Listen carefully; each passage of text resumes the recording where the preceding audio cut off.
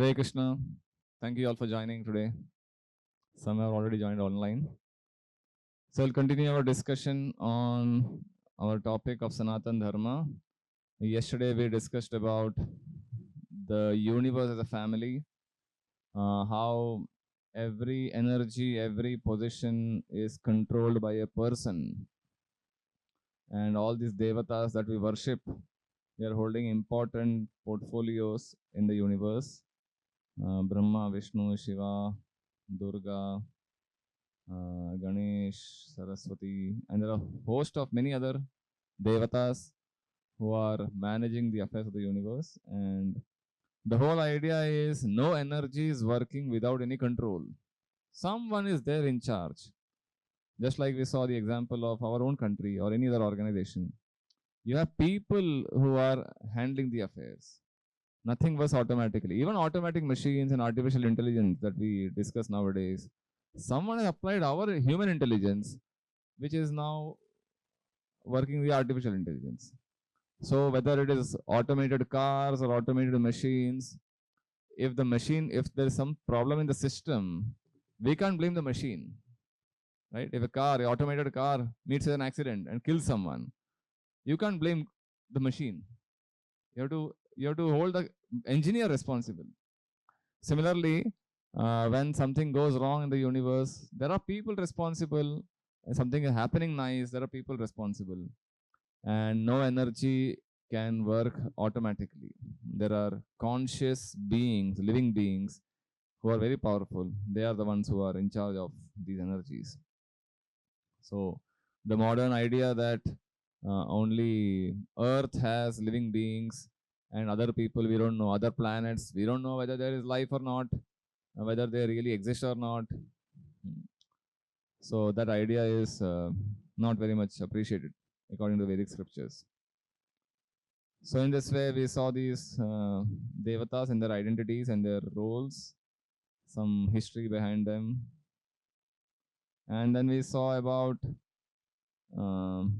the aspects of God, how God can be known by three phases. The impersonal Brahma realization, then a more advanced Paramatma realization, and a yogi, how a yogi is able to perceive God's presence in his own heart. And finally, someone who has directly developed a relationship with God as in his various forms, whether it is Vishnu, Krishna, Ram, or any other forms, and that person is like perfected his yoga practice. So we saw about Krishna and his various avatars, the 6 types of avatars: Purusha avatars, Leela avatars, Guna avatars, Manvantara avatars, Yuga avatars, and Shaktiavesh avatars. Briefly, these are a list of avatars given in the Srimad Bhagavatam. 22 of them, 25 of them, some depending on the count. So all these avatars are listed and they have appeared at various times in history. And they come up with the same mission: Paritranaya sadhunam vinashaya cha dushkritam. That's their mission of all these avatars. Although their teachings may appear little different from each other, but the mission is the same: to establish religious principles. We saw about Narsimdev, Lord Narsimha's special avatar, Bhaktavatsal, protector of the devotees. If we are in any dangerous situation and or in either difficult situation, it's a good idea to practice pray to Lord Narsimhadev, and we can be guaranteed protection. Key aspects of Narsimhadev we saw. We saw the feature of Radharani, the feminine counterpart of God. So usually God is depicted as a male, but in our Sanatan Dharma, we have the feminine aspect: Sita, Ram, Lakshmi Narayan, Radha Krishna, Durga, Parvati, Shiva. We saw about Tulsi Devi, how Tulsi worship and Tulsi worship is an important element of our Sanatan Dharma. Most Hindu homes you will find some small sampling of Tulsi, and they water it. Although everyone may not understand the importance and the significance of Tulsi, but knowingly or unknowingly, they are deriving great spiritual benefit just by having Tulsi Devi, Tulsi Marani in their homes, watering the plant. And there was one great politician some decades back who said, "What's the use of Tulsi? better grow बैंगन because बैंगन से कुछ खाने मिलता है. तुलसी को पानी डाल के क्या मिलता है आप लोगों को? So such blind politicians don't understand the spiritual benefits of worshipping Tulsi. They just see the external benefit of bangan and any other eatable. So Tulsi plays a very important role. She is offered, the Tulsi leaves are offered to Lord Vishnu, Krishna's lotus feet, and they're offered in Bhoga. It is said Krishna doesn't accept any offering without Tulsi. You may have grand feast, Bhog lagaya hoga, but if Tulsi is not placed, then Krishna doesn't accept. And you may have prepared any simple feast, any simple food, but if Tulsi is offered, Krishna immediately accepts it. That's the greatness of Tulsi. Okay, so now we'll discuss into the third section. This is called time and space. So universal time and universal space, cosmic time and space. So this has two sections again. The time scale, universal time, how our modern history calculates time in days and weeks and months and years. A little bigger is decades. We have centuries of 100 years, and 1,000 years is called millennium. उसके आगे क्या है? Is there any other term beyond millennium?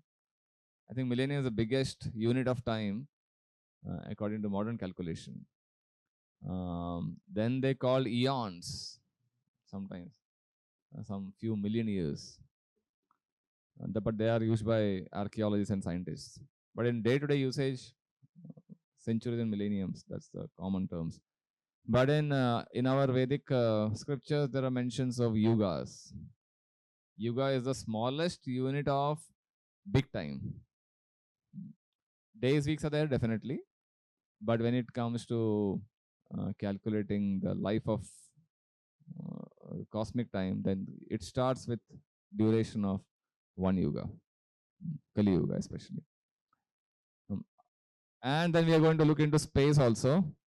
Let us begin with space, because since we saw the video yesterday, video of the planetarium, we will discuss the space first, the structure of the universe, the dimensions of the universe, how, according to Vedic scriptures, how the universe is classified and divided and structured.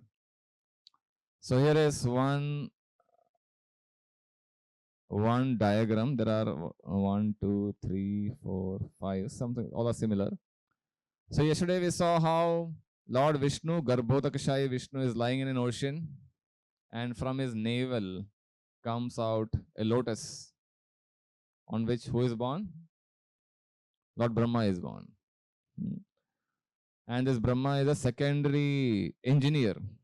The initial raw materials are given by Lord Vishnu, Mahavishnu, and Brahma is born, and Brahma has a big task of creating various planetary systems inside the universe. And he also has a job of creating various life forms, species of life. That is also Brahma's job. So Brahma is alone. And when he is born on the lotus, he is like seeing only darkness everywhere. Everything is dark. No effulgence, no living being. Akela Vyakti pura universe mein. Look at this situation. So he doesn't know what to do. Why am I here? What am I doing here? Why am I born? And then he hears a sound. Tapa, tapa.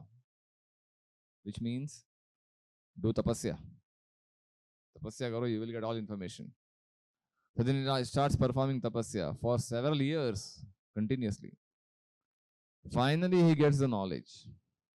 Lord Vishnu, who is there in the heart also, Vishnu gives him knowledge of what to do with this universe, how to create.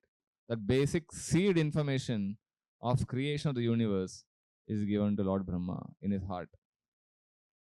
With that knowledge, Brahma gets the ideas how to create the universe. So in this way, it is described how Brahma divides he divides living conditions in the universe into 14 levels. So if you look at modern astronomy, we understand that solar system is there, some galaxies are there, how the sun and the moon are rotating, earth is rotating, planets are rotating. But when you ask the question, why this universe is created and why we exist in this universe, ये सवालों का जवाब है नहीं इन लोगों के पास. Why life exists, right? And they don't have information about how there are different living conditions in the universe. Scientists understand life is there on Earth.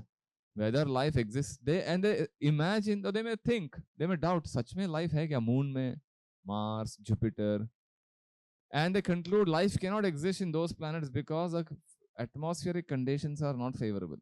Maybe oxygen level is not enough, water is not there, water is essential for life. Absence of water, absence of oxygen ensures that there cannot be life. Only when there is Earth jaisa conditions agar hai, then we can have life. Some days, now they say Mars में earlier, some million years ago, there was ice. मतलब water था एक ज़माने में. Then the atmospheric conditions changed. Therefore, now there is no life. So, if conditions similar to Earth exist anywhere in the universe, then they say there could be possibility of life. But if Earth conditions don't match in other planets, then how can life happen there? Our Prabhupada used to give an example about this attitude of the scientists. He gave the example of frog. So there was a frog. Nice story. There was a frog who was in a well. अपने कुएं में था वो. And he was like the king, old elderly frog, bada big frog, and he had other new junior frogs, and he was like the king. राजा की तरह जी रहा था वो. One day, another frog came into the well from the ocean, and he became a new member in the well. So this old frog took an interview. So who are you? Where did you come from? So he said, I am coming from the ocean. So what is an ocean? This frog said, ocean is a big body of water. Huge body of water. So huge matlab kitna? How big? Is it twice the size of the well? Thrice? How big is it? No, it is too big. You cannot imagine the size. But then he started asking, no, too big matlab kya? I want to conceive. कुछ तो बोलो 10 times, 100 times. But then, how will you explain? How will the new frog explain to him? Right? Ocean और well को कैसे compare करेगा? So नहीं बाबा, you cannot conceive. ये well तो छोटा सा है. Ocean or well is not something comparable. So no matter how hard he tried to explain to the big frog just couldn't understand. Ocean नाम का चीज होता क्या है? So similarly, Prabhupada used to explain, scientists are trying to compare with Earth. Earth का ऐसा condition, तो universe ऐसा होना चाहिए, वैसा होना चाहिए. Or when you talk about the spiritual world, Vaikuntha Lokas, they will again compare with our universe. Our universe का conditions ऐसा है. तो universe कैसे होता है? How can it be infinite? How can it be like this? We just cannot understand. And because we cannot understand, it is all mythology. ऐसा थोड़ी हो सकता है. It's exactly like the frog who is trying to conceive of something beyond his capacity based on whatever little information he has about his own well. So our Shastras explain, Sanatan Dharma Shastra is explaining कि universe का nature क्या है, Vaikuntha Lok क्या है, detailed explanation. So coming back to our universe or any universe, it is said millions of universes exist and every universe is designed with certain design. So Brahma is creating the universe. He divides living conditions into 14 levels. which means 14 types of planetary systems. Higher you go, more evolved people stay there. उनका evolved, उनका evolution, consciousness का evolution is highest the more you go higher. The living conditions are better. The purity of people is higher. Their duration of life is higher. Comfort level is higher. And the more you come down, all these factors will reduce. Earth is like middle, somewhere in the middle. Bhumandal bolte usko. Bhumandal means not very high conditions, but not very bad conditions. Duration of life, physical strength, intelligence level, purity of people's thoughts. Is a like average level ke log. And the more you go down, all these things reduce.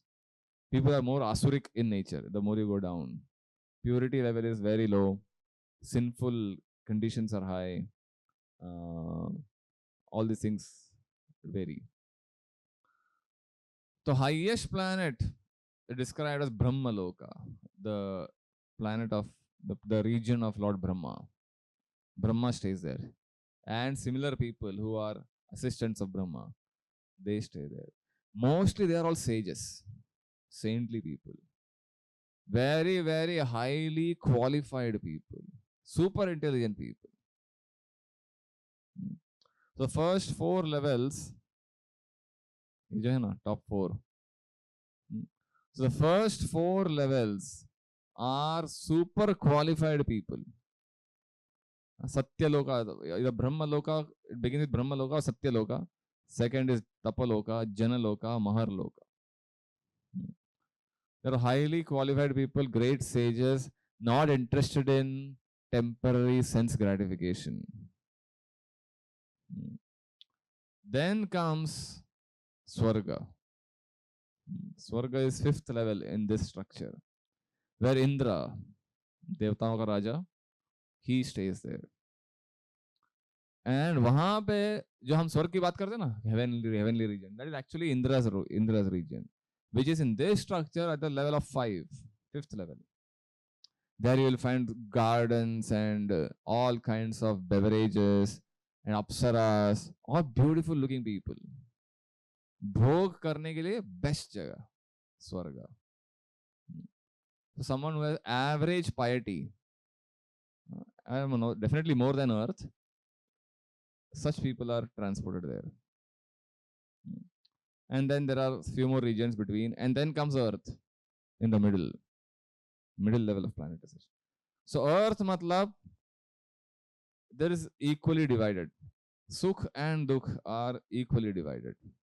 The place is not very comfortable, nor is it very miserable. Of course, within earth you will find again varying conditions. But overall average wise, people have moderate enjoyment and moderate sufferings. And then you go down, suffering will increase, and quality of people's thoughts, life, all this will diminish. So someone who does a little more, so generally the rule of the universe is, if you do good, you get good reactions. If you do bad, paap karma ka paap, sinful reaction. Punya karma ka punya reactions. So suppose someone has done a lot of punya and he has to enjoy, right? Either in this life or in the next life, he will be given facilities to enjoy. So if that facility can be provided within earth, then he will be given a birth where he will get to enjoy all this. Maybe family, from rich family mein janam, good health, good intelligence, good inheritance. ये सब उसको next life में मिल जाएगा. But suppose he has done a lot of punya, little more than the average, then he is transported to higher planets. Maybe Pitraloka. Pitras, हमारे पूर्वज जो qualified लोग हैं, उनका एक जगह है. It's actually part of the moon. Within the moon there is a region called Pitraloka. Then they enjoy there. Suppose someone has done even more than that, then he is transported to Swarga.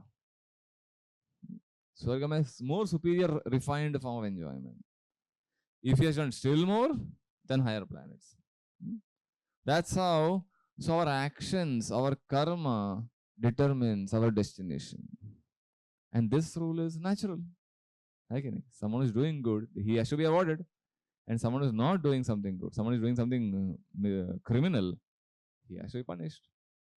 This is a universal law. So in this way, uh, the structure of the universe is described in such a way that people's consciousness के हिसाब से divide किया गया है. There is a geography also. Geographical distances are also given in some cases. How these planets are, how the sun, the movement of the sun, the movement of the moon, the distances, appropriate distances. But many things, if you try to compare with our modern astronomy, then you will find, अरे ऐसे थोड़ी हो सकता है. Here the modern astronomers are saying like this, Bhagavatam is saying something else. There is a contradiction. So therefore we need to understand there are multiple ways of looking at the universe. How modern scientists have understood, that also can be right. What the Bhagavatam is describing, that also can be right. In fact, the universe is so huge, it is infinite in size. There's bound to be multiple angles of vision, which may appear contradictory to each other. But let us understand, whatever description is given about the universe in our Shastras, it is meant for that one purpose. Remember the aim that we are discussing? Ultimately to enable the living entity so that he can gradually spiritually evolve and escape from the universe. That is the whole idea. Even if you look at the structure, the fundamental principle kya hai? You do good, you will be promoted. If you don't do good, you will be demoted. That's how the structure is described. So people are inspired. अरे ऐसा करेंगे, अच्छा करेंगे, बुरा काम नहीं करेंगे. We'll avoid sinful actions. We'll be encouraged to do pious actions. And then धीरे धीरे will be promoted. That's how the description is given. And the whole thing is within the shell. ब्रह्मांड के अंदर आ गया सब कुछ. This shell is compared to an egg, and the shell has 10 layers. Each layer 10 times thicker than the previous layer. Earth, water, fire, air, ether, ऐसे layers बना है. The first layer is earth. 10 times the thickness of the earth is water layer. 10 times the layer of water is fire, then air. That's how the universe is covered. मतलब कोई अंदर फंसा है, no one can escape on his own strength, unless he gets superior help. So in this way, the universe is described, and so this is one bubble. See the bubble? The universe is like a bubble, and there are millions of bubbles.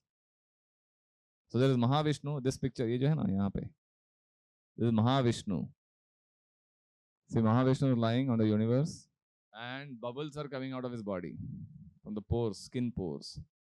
Each one is a universe. Each bubble is a universe, and each universe has similar planetary systems divided. And there is a Lord Brahma in each universe, who is like the engineer of the universe.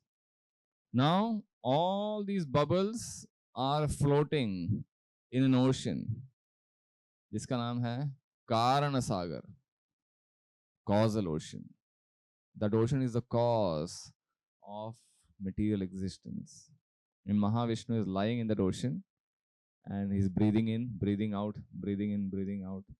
Whenever he's breathing out, universe is created, bubbles are created, and when he breathes in, everything is destroyed. Look at the magnitude of God. When you say God is infinite, God is great, this is the greatness of God. ऐसा नहीं कि किसी ने कुछ सोना बना दिया, कुछ जादू कर दिया, and then he's God. God is infinite. This is a measurement of infinity. If at all you want to understand what is infinity. Infinite number of universes, infinite size, infinite duration of time. Everything is like big scale. You look at the time, you understand time का measurement क्या है. Trillions of years में जाता है वो. So in this way, this is a spiritual world. जो ऊपर दिख रहा है ना, that is spiritual world. Vaikuntha लोका का एक description है ये. वैकुंठ लोका में there are millions and billions and infinite number of planets. Each planet is predominated by one Vishnu Murti, Chaturbhuj Roop, the Vishnu Murti, and other forms also. Every avatar has his own region in the Vaikuntha. Ram, Ayodhya, there is original spiritual planet, spiritual region. And when भगवान जब राम जी आते हैं यहाँ पर, एक छोटा सा part of that comes here, अवतार के साथ. So Ayodhya is like a replica, small sample of the original spiritual world. Vrindavan जो बोलते हैं हम लोग, ओरिजिनल गोलोक वृंदावन का एक छोटा सा सैंपल है. So all these धाम, हम धाम क्यों बोलते हैं उनको? Because original spiritual world का एक experience मिलता है यहाँ पे. You get the point? नहीं तो why? What is the point in calling it Dham? Why is so special compared to other places? These places carry something divine, imported from the original spiritual world. So when we go there and take darshan and pray, we are actually connected to the original spiritual vibrations. So this Vaikuntha Loka is like every Vaikuntha planet has one form of God. And the devotees staying in that region, they worship that form of God.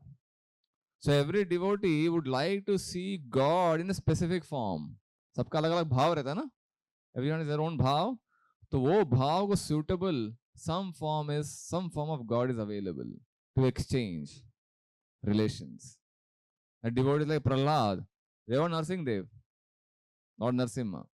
So then ठीक है, तुम्हारे भाव के हिसाब से मैं, God is saying I am available. Some people like to worship God as Ram. So Ram says, okay, I am available to exchange relations with you. Vishnu Murtis, Krishna. So when we say God is unlimited, infinite, this is what it means. The material world is also infinite. Spiritual world is also infinite. So in this way, the universe is described. Here are the, okay, we will come to this later. Any thoughts on this? Any questions? Yes, Prabhu. Start from last and go in like descending order. So last month I was on trip to, like, let's assume Vrindavan, and I got cheated there. So does it mean it is also replica of the heavenly part, like it is just a part? So that cheating also happens there, or? Definitely no. People may misuse, they may go to dham and they may misbehave. That is not the fault of the dham. That's our own conditionings. We are misusing. That is not imported from spiritual world.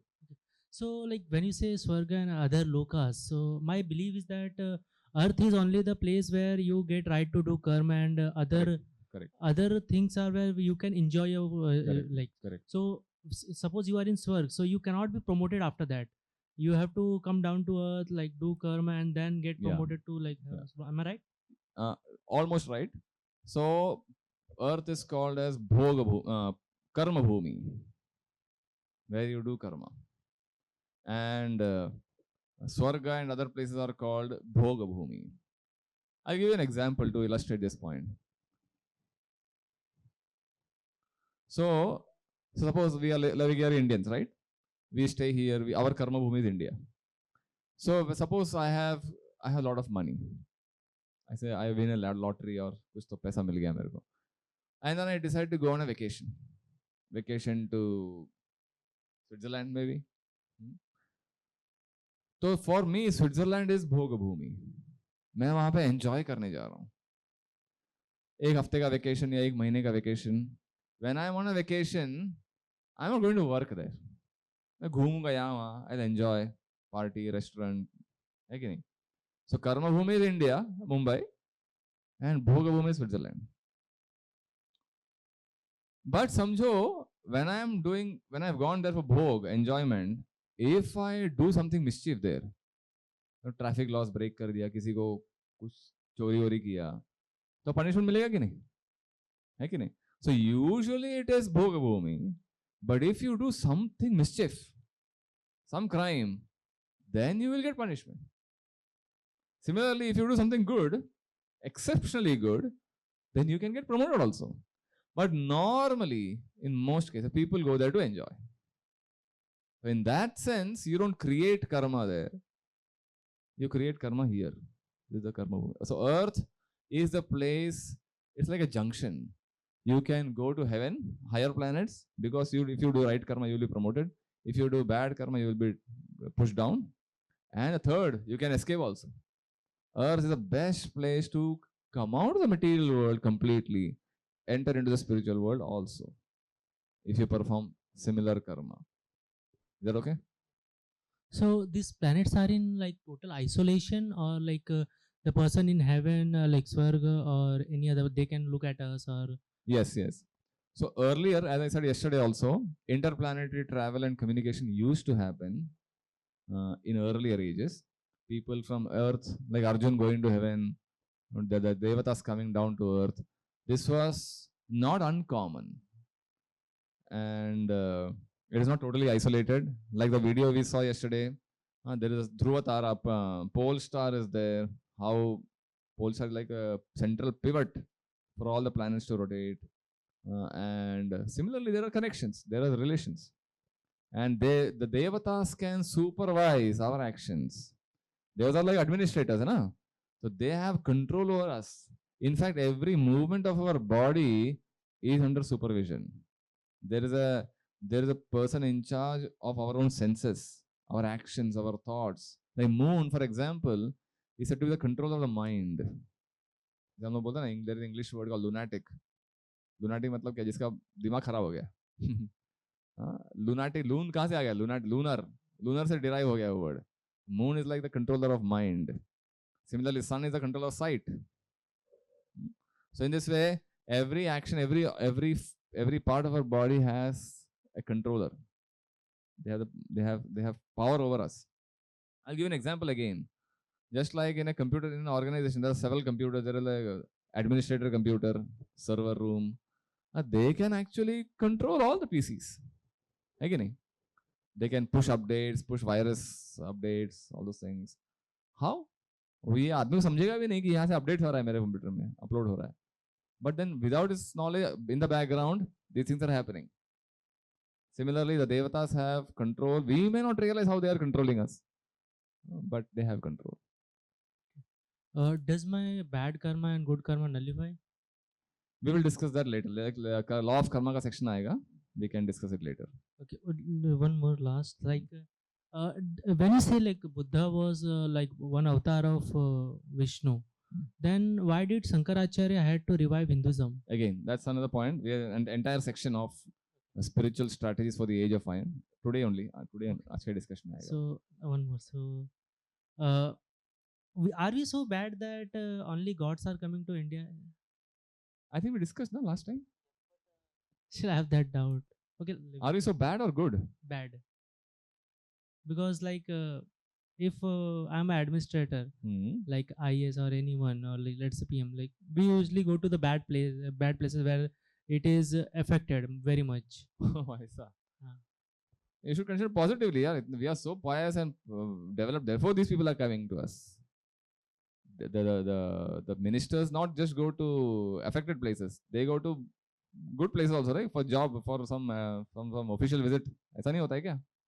Modi Bombay में आया, ऐसा नहीं कि बॉम्बे में earthquake होने के बाद ही आएगा. And it is officially the last one. Okay, so when I saw the Vishnu's portrait, when the lotus was coming out of his navel and the Brahma was there, so why only one Brahma like was coming? When we assume that there are multiple universes and there are multiple Brahmas and in universes, Correct. so then why only one lotus? तो हर universe के लिए एक ब्रह्मा है ना, हर universe के लिए एक विष्णु भी है. Okay, Vishnu भी है. तो वो हर यूनिवर्स में विष्णु है. Okay. हर यूनिवर्स से ब्रह्मा निकलेगा. Mahavishnu is the ultimate. Yeah, beyond the whole thing.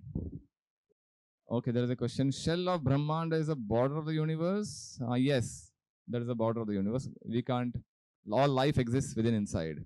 Mount Meru is the center of our universe where all the planetary system which is known to us is rotating around, even sun of our solar system. Mount Meru is like, what do you call? It's like Khamba. It's like a balancing thing, which is exactly in the center of Bhumandal. And it is not very high compared to the height of the universe. It has certain height, and yeah, so Bhumandal के center में, जम्बू द्वीप के center में is Mount Meru.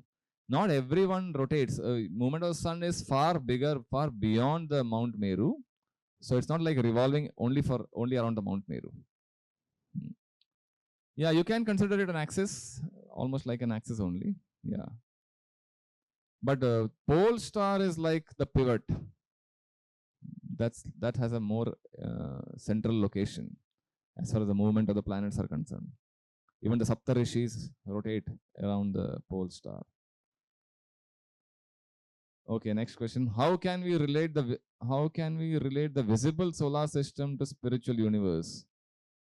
How can we relate it in scientific way?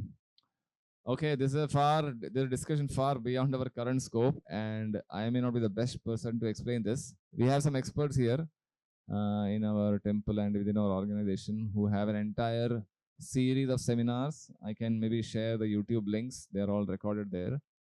And if you can hear them, that will be more helpful. Okay, so thank you for participating in the discussion. So that's about the space. Let us now come back to time. So Puranic time scale, Manu and the day of Lord Brahma. So very important diagram. Okay, so the smallest unit of time here is Kali Yuga. Okay? The duration of Kali Yuga is 432,000 years.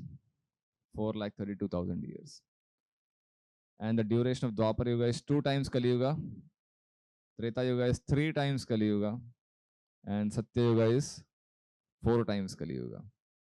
So 1 Kali Yuga plus 2 Kali Yuga plus 3 Kali Yuga plus 4 Kali Yuga, that is 10 Kali Yugas, is the duration of one cycle of yugas. We can call it Divya Yuga. Sometimes they call it Mahayuga. So चारों युगों को add करके जो है that is called Divya Yuga. तो कितना हो गया उसका ड्यूरेशन? 4,32,000 multiplied by 10 है कि नहीं? 43,20,000 years. That's the duration of the Divya Yuga. And every yuga के बीच में the transition from one yuga to another doesn't happen suddenly. So Satya Yuga to Treta Yuga, there's a transition. Treta to Dwapar, Dwapar to Kali, there's a transition. The transition period is known as Sandhya. Yuga Sandhya.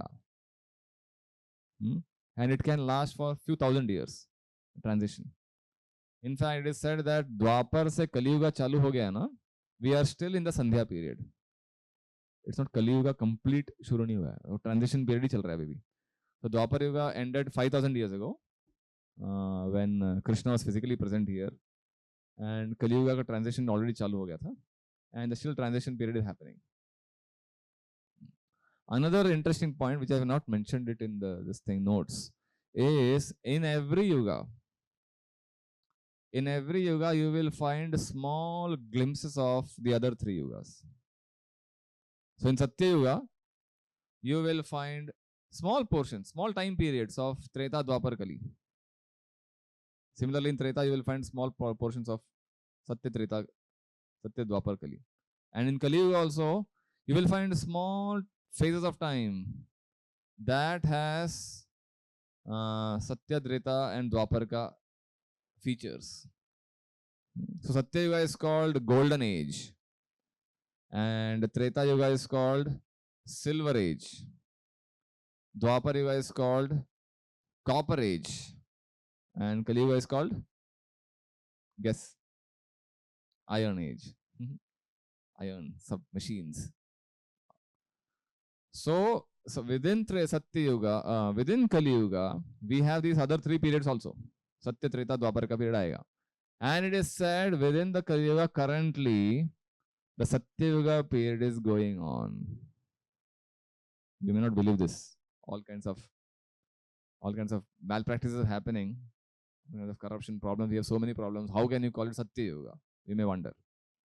But it is said the Satya Yuga period within Kali Yuga is a duration of 10,000 years. Which is like small compared to the entire duration of Kali Yuga. 4,32,000 में से 10,000 is Satya Yuga within Kali Yuga. It is a very small period. And that period started when? With the appearance of Lord Chaitanya Mahaprabhu. 500 years ago, when Lord Chaitanya Mahaprabhu appeared, avatar, that's the beginning of the golden age within Kali Yuga. So 500 years have passed. How many more remaining? 9,500 of this golden age within Kali Yuga is remaining. So that way we are very fortunate. We are the best period of the age of Kali. Why golden age? Because it awards you the best opportunities to attain success of life. That information also not added here. Somehow it missed. So similarly, so now compared, this entire four is combined is one Divya Yuga. Okay? Now let us compress this. There is one Divya Yuga here. This small portion is one Divya Yuga. Now in a day of Brahma, there are how many Divya Yugas? 1,000. In one day of Brahma, 1,000 cycles of these four yugas is one day of Brahma. Look at the calculation. Size. Brahma ji का दिन भी हम लोग calculate नहीं कर पाएंगे at this rate. Now within 1,000 days, so this is one day of Brahma. Okay, this small portion here. It's also called one kalpa. One kalpa is a day of Brahma. One kalpa has 1,000 cycles. Now one day of Brahma, there are some special people coming. They are called Manus. Manu. Manav, the word Manav is derived from Manu. Even the man, the word man is derived from Manu. So there are 14 Manus in one day of Brahma. So 1,000 cycles divided by 14. Kitna ho gaya? It comes to approximately 71 point something. So one Manu's period is 71 Divya Yugas. समझ में आ रहा है ना? So which approximately these many years, 306.72 million years. तो ये मनु का duration है. Manu rules. He is like a king, far superior king than what we see ordinarily. He rules the universe for this period during one day of Brahma. जैसे 14 Manu change होते हैं ब्रह्मा जी के एक दिन में. ठीक है? And again, when Manu changes, whenever Manu changes, then there is a partial destruction of the universe.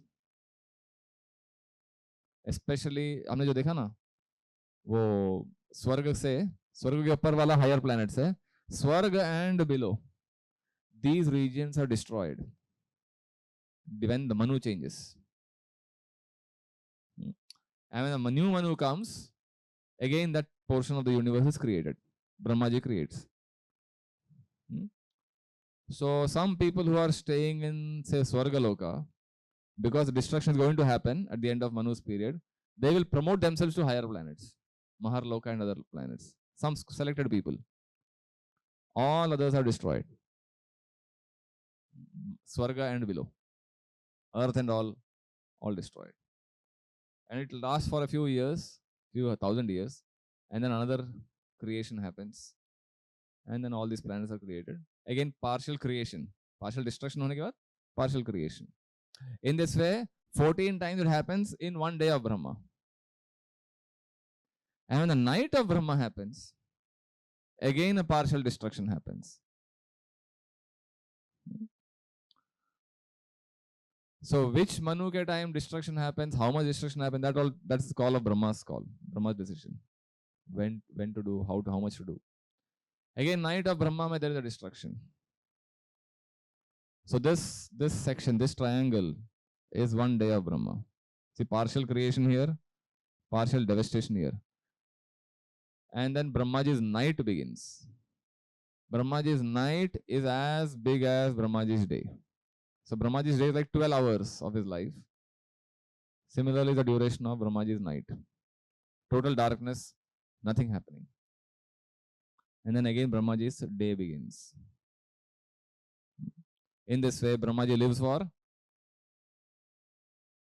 100 years. Each year consisting of 360 days, 12 months, 30 days each month. 30 into 12, 360. 360 into 100, 100 years. That duration comes to this number.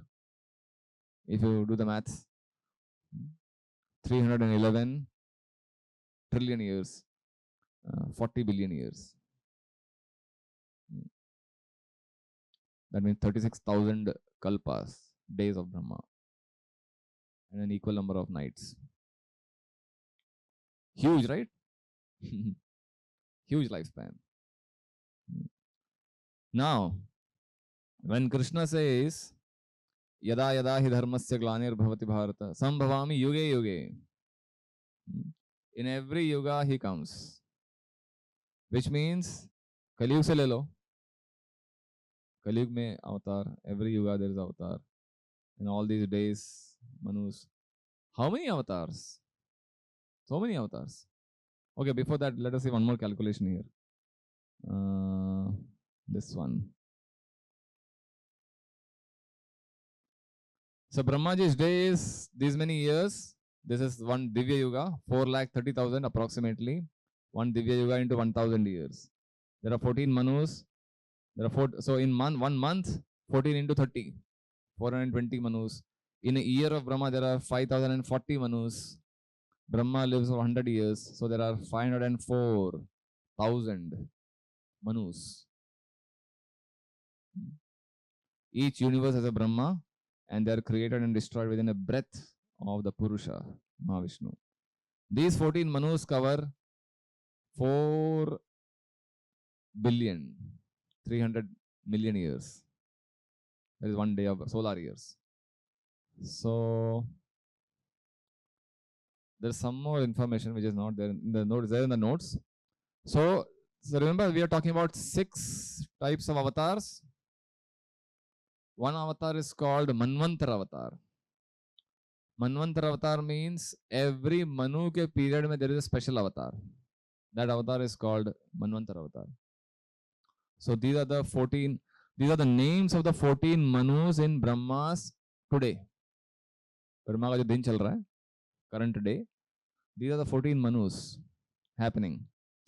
Currently, these 6 Manus ka period ho gaya. First 6 are over. Currently, this period is going on. Vaivaswata Manu period is going on.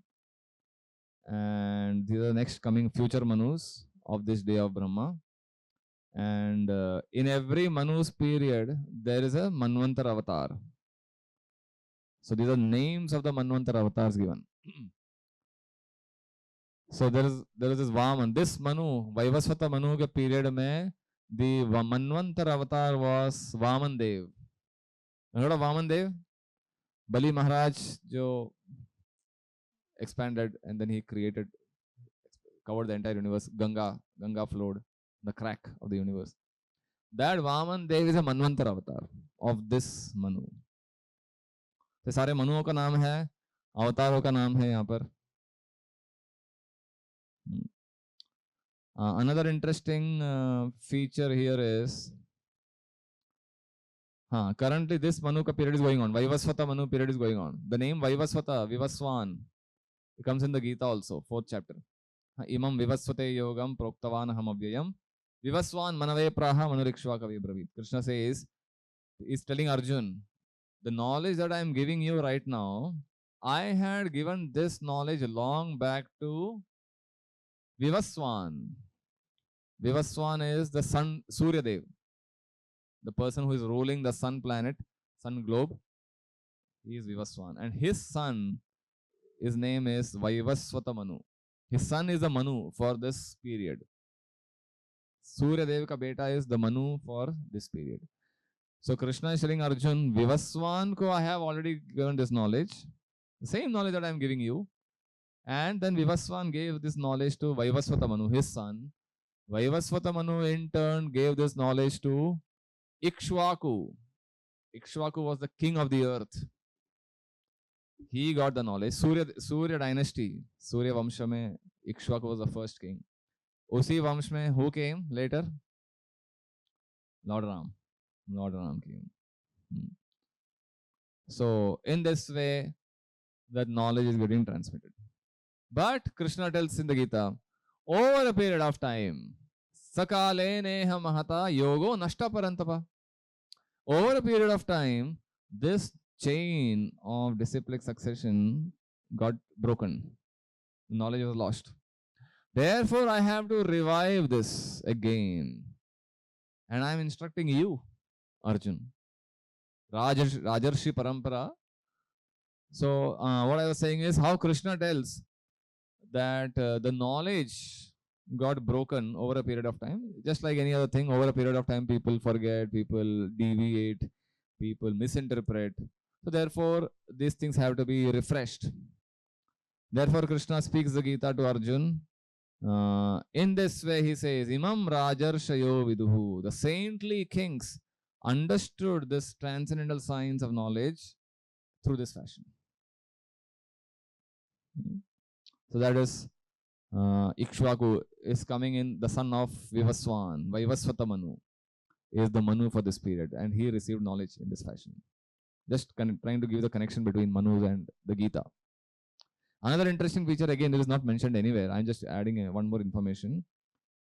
Krishna, the original Sham Sundar form of Krishna, who came 5,000 years ago, that form of Krishna comes only once in a day of Brahma. That avatar, Sham Sundar Krishna, Vrajendranandan Krishna, he comes into the universe once in a day of Brahma. Matlab once in this many years. The next, again, Krishna will come in Brahmaji is tomorrow. That's how rare the appearance of Krishna is, which happened only 5,000 years ago. Very recent. Prabhupada used to say, just recently, Krishna appeared. So Krishna, as soon as Krishna, so Krishna comes in Dwapara Yuga, right? And immediately after Krishna comes, the same Krishna comes again in the form of his devotee. Who is what? The Lord Chaitanya. Sri Chaitanya Mahaprabhu, same Krishna in the mood of Radha, in the mood of his own devotee. He comes. So Krishna and Chaitanya Mahaprabhu comes back to back continuously, very quickly, one after the other. So we are very, very fortunate people, the species specimens of human beings staying right now on earth, especially in Bharat Bhumi. We are one of the most fortunate people on the entire universe. Because we got the teachings of Krishna in the form of the Gita. We got the teachings of Sri Chaitanya Mahaprabhu to show how to practically apply Gita in our daily lives. Who can be the best devotee? How to be the best devotee? And all the acharyas who came after Sri Chaitanya Mahaprabhu. So let us appreciate the great fortune we have inherited, and let us not miss it out of negligence. One of the best gifts we have received, which has not been available to so many people for billions of years, millions of years, this many years. That's how rare the gift is. Okay, so that's about time scale. Just to give a summary here. Cosmology defined as study of universe's origin, purpose, structure, functioning. Vedic cosmology offers all info on universe's structure, source, purpose. This is important. Purpose is the main thing that our cosmology study offers us, which is not available in other places.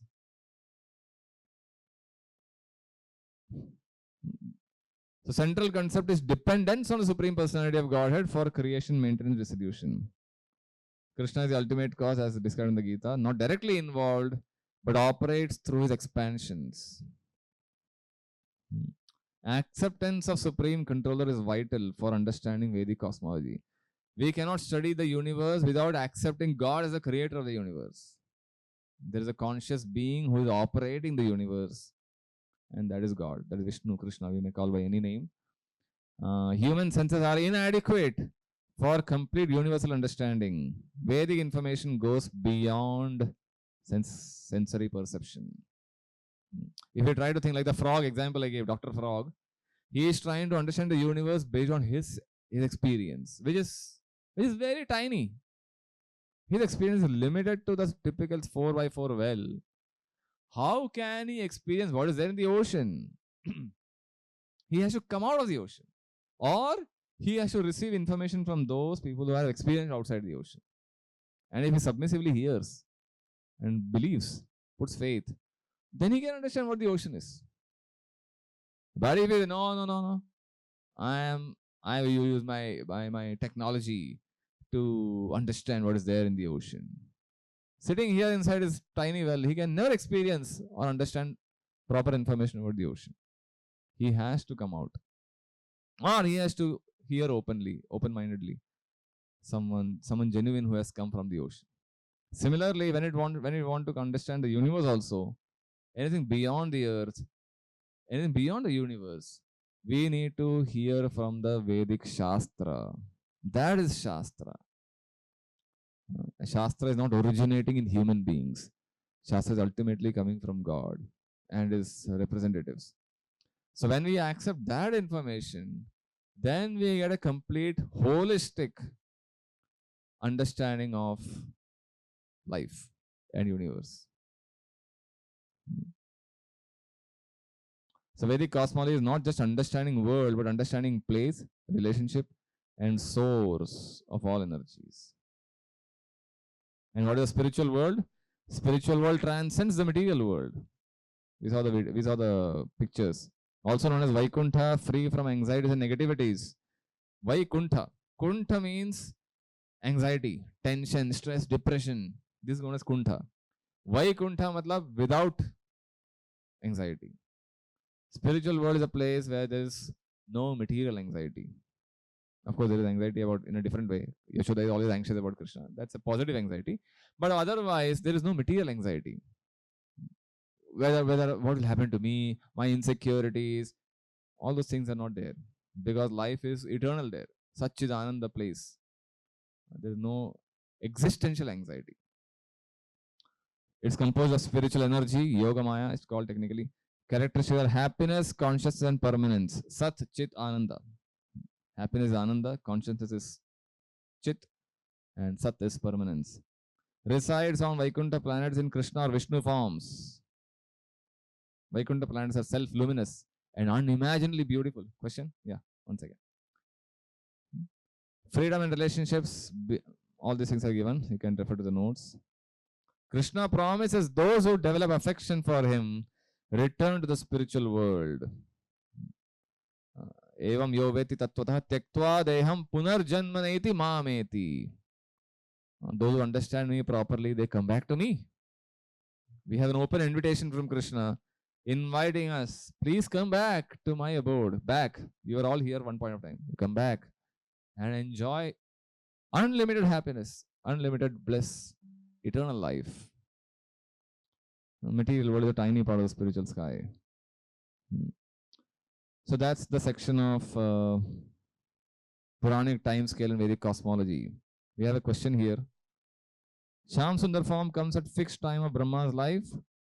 It is once in a day of Brahma, At least in this day of Brahma, we had Krishna at the end of Dwapara Yuga. In next day of Brahma, when it will happen, we don't know.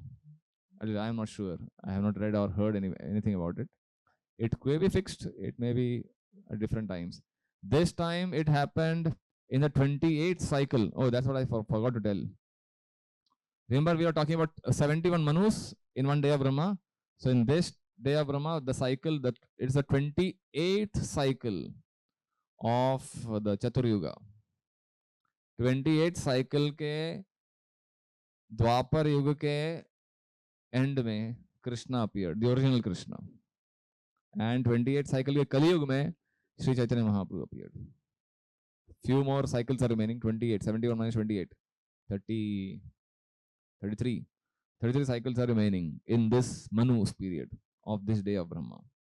7th Manu period will get over, then 8th Manu will start. And 6 more Manus will continue. So the time, whether it is fixed or not, I am not sure. In next Manus, next day of Brahma, which Manu ke period mein, which cycle mein, I am not aware of. Okay. Any other question anyone has here? Yes, bro. When you say come back to, when Krishna says come back to me, Yeah. and there is an open invitation, so it means that we have to go back to Mahavishnu. Am I correct? Mahavishnu is like a person, an expansion of God who is in charge of creation of the universe. When Krishna has come back to me, he's inviting us to a spiritual world where you can exchange relations with him, exchange interactions with him. So usually, spiritual world is that region where you can treat Krishna like a friend, Krishna like a parent, Krishna like your son, Krishna like your master, in some relations with Krishna. Usually, Mahavishnu is not the place where you exchange relations. Mahavishnu is like a functional God, official God, who is overseeing the material creation. But when Krishna is inviting us, he's inviting to that region, Vaikuntha planets. It is somewhere like a different place, and like Yes, there is someone above Mahavishnu also. Yes. So Mahavishnu is one expansion of Krishna. So now we'll enter into section 4.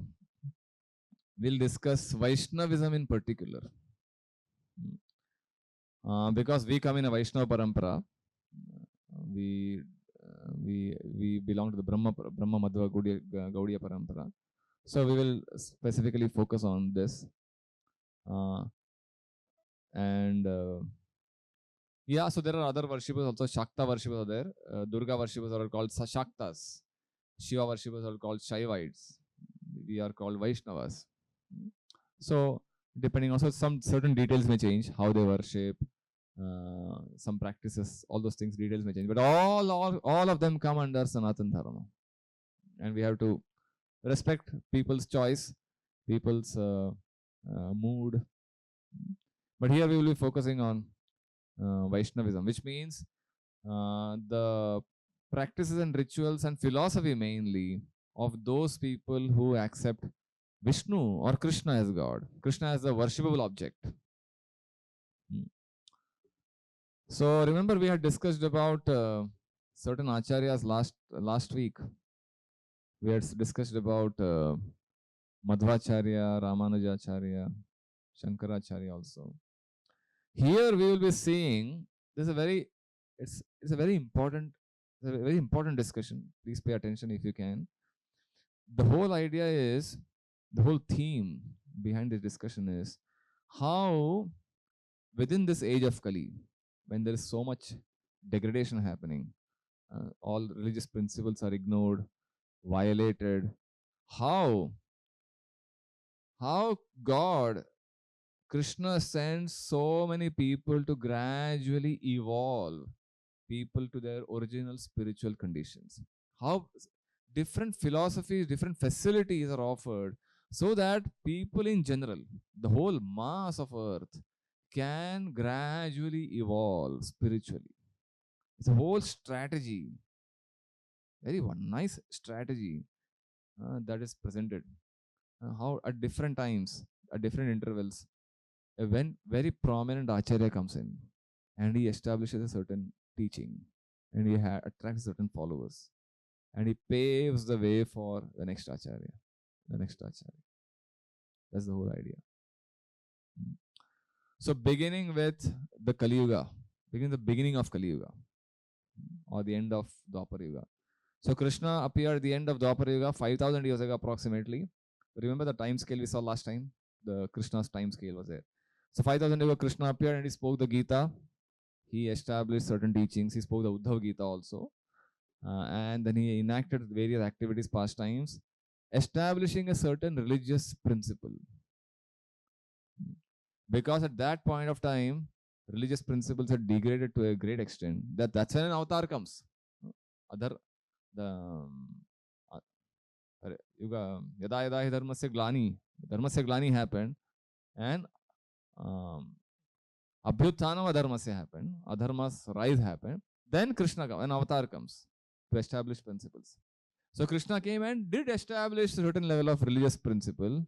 But after Krishna's disappearance, what happened in the next few centuries?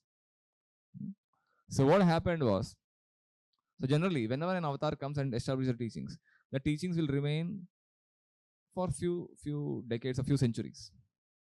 But then after that, the decline will begin again. So suppose you x and y axis hai, the religious principles are high established, and gradually the decay happens. Then at a certain point, again another avatar will come. Again, he will raise the teachings to a certain level of purity. Again, the decay will happen. But the rate at which the decay happens, that will vary. And it is really a sharp decay in Kali Yuga. In earlier ages, the decay would happen quite slowly. The slope of the tangent will be very little. But when Kali Yuga is a sharp decline, faster decline. So within a few centuries after Krishna's disappearance, which is unusual, the decay happened to such an extent that there was rampant animal slaughter in the name of the Vedas. People would slaughter animals for yajna purposes, for eating purposes, and they would say, Shastra mein likha hai sab. Shastra mein diya, that's what you are following. Rampant animal slaughter. Something had to be done. I'll give you an example to understand the strategy that's happening. Suppose now there is a nice society, right? We are living in Mumbai and it's relatively peaceful in the current situation. Suppose there is a communal violence happening. There's a riot happening. Some mob of people rioting and creating a lot of violence.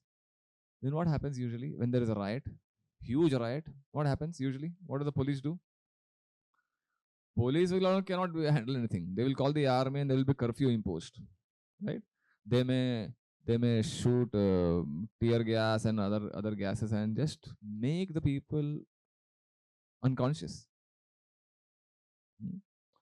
So when there is extreme level of violence and riot happening, the police have to take an emergency measure and just suppress the whole thing so that there is relatively peace.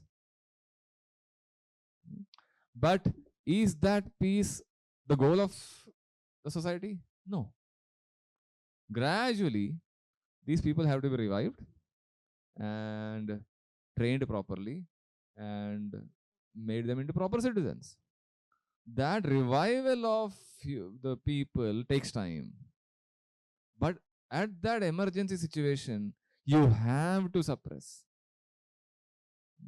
Like giving a coma injection. Give an injection so that the patient, the social body as a patient, is subdued and there is peace. In that situation, then we can think, aage kya karna hai? How to revive. Right? Something similar is happening here. The social body is like totally violent after Krishna's disappearance within a few centuries. So when people were misusing the Vedic knowledge and indulging in all kinds of violence, animal violence, an avatar had to come. And who was that? Buddha. Lord Buddha appeared as an emergency. Not exactly emergency, but the measures he adopted was emergency. Avatar was scheduled. he had adopted emergency measures, and what did he do? Basically, ahimsa. But how? He said, reject the Vedas, forget the Vedas. Don't. So people are saying, based on Vedic instructions, we are doing. So he said, reject. I don't accept the Vedas, and just follow me. And his primary instruction was ahimsa. Now, interestingly, Buddha is an avatar of Vishnu, and the source of all Shastra is Vishnu only. The same Vishnu in the form of Buddha is saying reject the Vedas, which is like incompatible. But then he made them follow the Vedas. He made them follow the Vedas by making them follow him. So indirectly, aisa khana, aisa pakadna, he is making him follow Veda only. But externally, he is rejecting. He is rejecting the Vedic conclusions. Therefore, Nastikvad is one who rejects the Vedas, not the one who disbelieves in God. Technically, in Vedic terminology, Nastik is one who rejects Vedic authority. He may be an atheist, but if he accepts Vedic authority, he is an Nastik. He is a faithful follower. So within the Vedic teachings also there is scope for atheism. But that's another topic of discussion. The point here is how Buddha adopted an emergency measure. So rejecting the Vedas is not the ideal situation, because ultimately Vedas are meant for the upliftment of all human beings. And if you reject the Vedas, how will you uplift the human beings? But because people are misusing Vedic authority, so he adopted this emergency measure and said, reject. And just follow ahimsa, non-violence. And he had that eightfold path, Buddha's eightfold teachings, quite popular. What they call? Some term is there, but it's quite popular. And in today's time, also Buddhism is quite popular, right? Especially in the West. Buddhism is different forms of Buddhism, Zen Buddhism and other Buddhism. But why? Because they're advocating peace and tolerance. Okay. So that way, Buddha played a very crucial role in establishing, in reviving. Although it appears to be going down first, but then how he played a crucial role by banning animal slaughter. Because the Bhagavatam describes, the Vedic Shastra describes, if someone is indulging in animal killing unrestrictedly, then that's a big impediment for spiritual development. Because you're not displaying the quality of compassion. And compassion is an essential quality for spiritual advancement. And unrestricted animal killing is impediment. Big impediment. So that's how Buddha came. So now Buddha played, behoshi kara diya pura body ko, social body ko. Now how to revive? So Buddha appeared about 2,500 years ago, which is 500 BC approximately. Now the revival has to begin. Who is the best person to revive? What measure has to be adopted now? Then comes a powerful acharya known as Shankara, Adi Shankaracharya.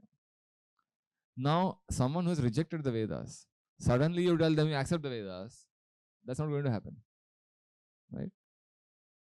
But then Vedas have to be established somehow, indirectly, directly. So Shankaracharya's philosophy is, his goal is introduce Vedic authority, but package it in Buddhistic terms. So Buddhism is Nastic. Don't believe in afterlife. Don't believe in so many other things that Vedas describe. So Shankara is okay. But Vedas ko lao. Vedas is the authority. You may continue your lifestyle and other things, ahimsa and other things, but Vedas are the authority for humanity.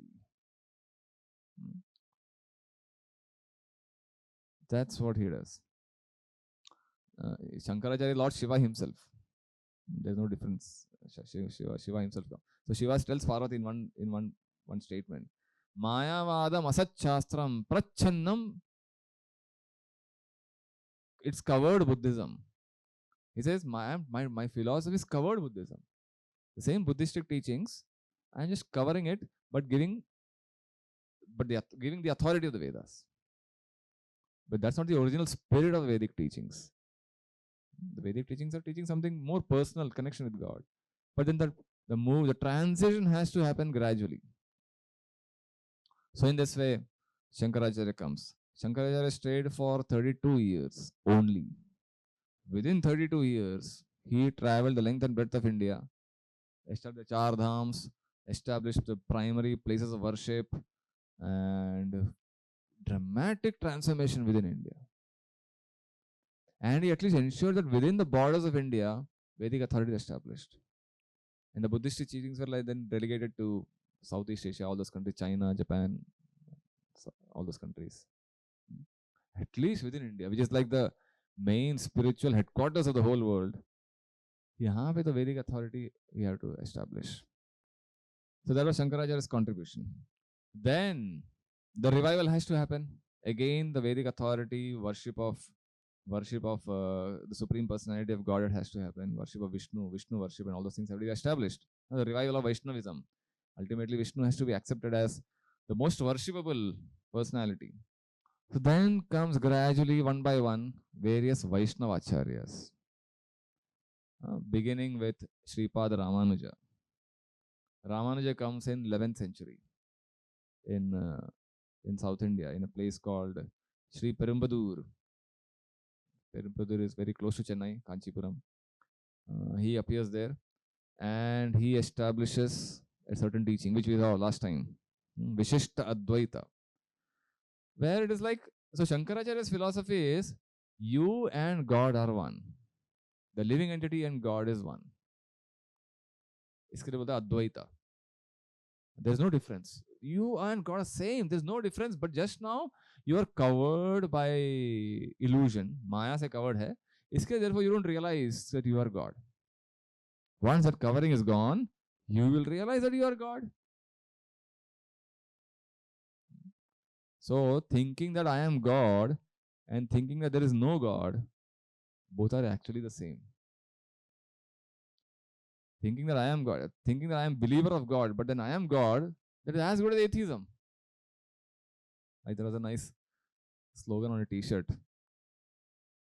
I was an atheist until I realized I am God. It is as good as atheism only.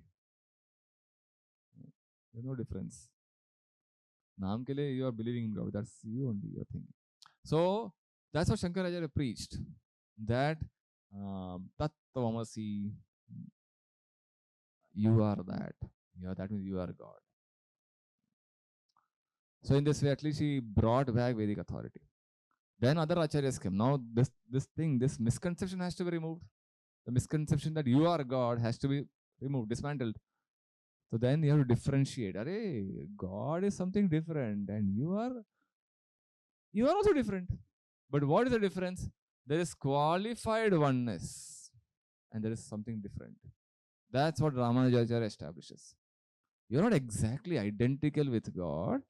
There is a lot of similarity, you and God may, but there is Vishishta Advaita. Vishishta says difference. It's qualified oneness. Whatever the oneness you're talking about, you're thinking, imagining, there's a conditional oneness. But then there's a difference. That's what Ramanujacharya established. And mainly, he established temples and the mood of dasya bhav, to serve in a mood of humble servant. So dasya bhav tab aayega when you accept that God is superior to you. That way you are establishing the difference. And I am a humble menial servant carrying out the orders. So Ramanujacharya is said to be an expansion of Ananta, not Ananta, partial expansion. Lakshman, they also say it is an expansion of Lakshman, Lord Ram's. Rama Anuja. Rama ka Anuj bhai, chota bhai. So in this way, Ramanujacharya began the process of revival of Vaishnavism. Hmm.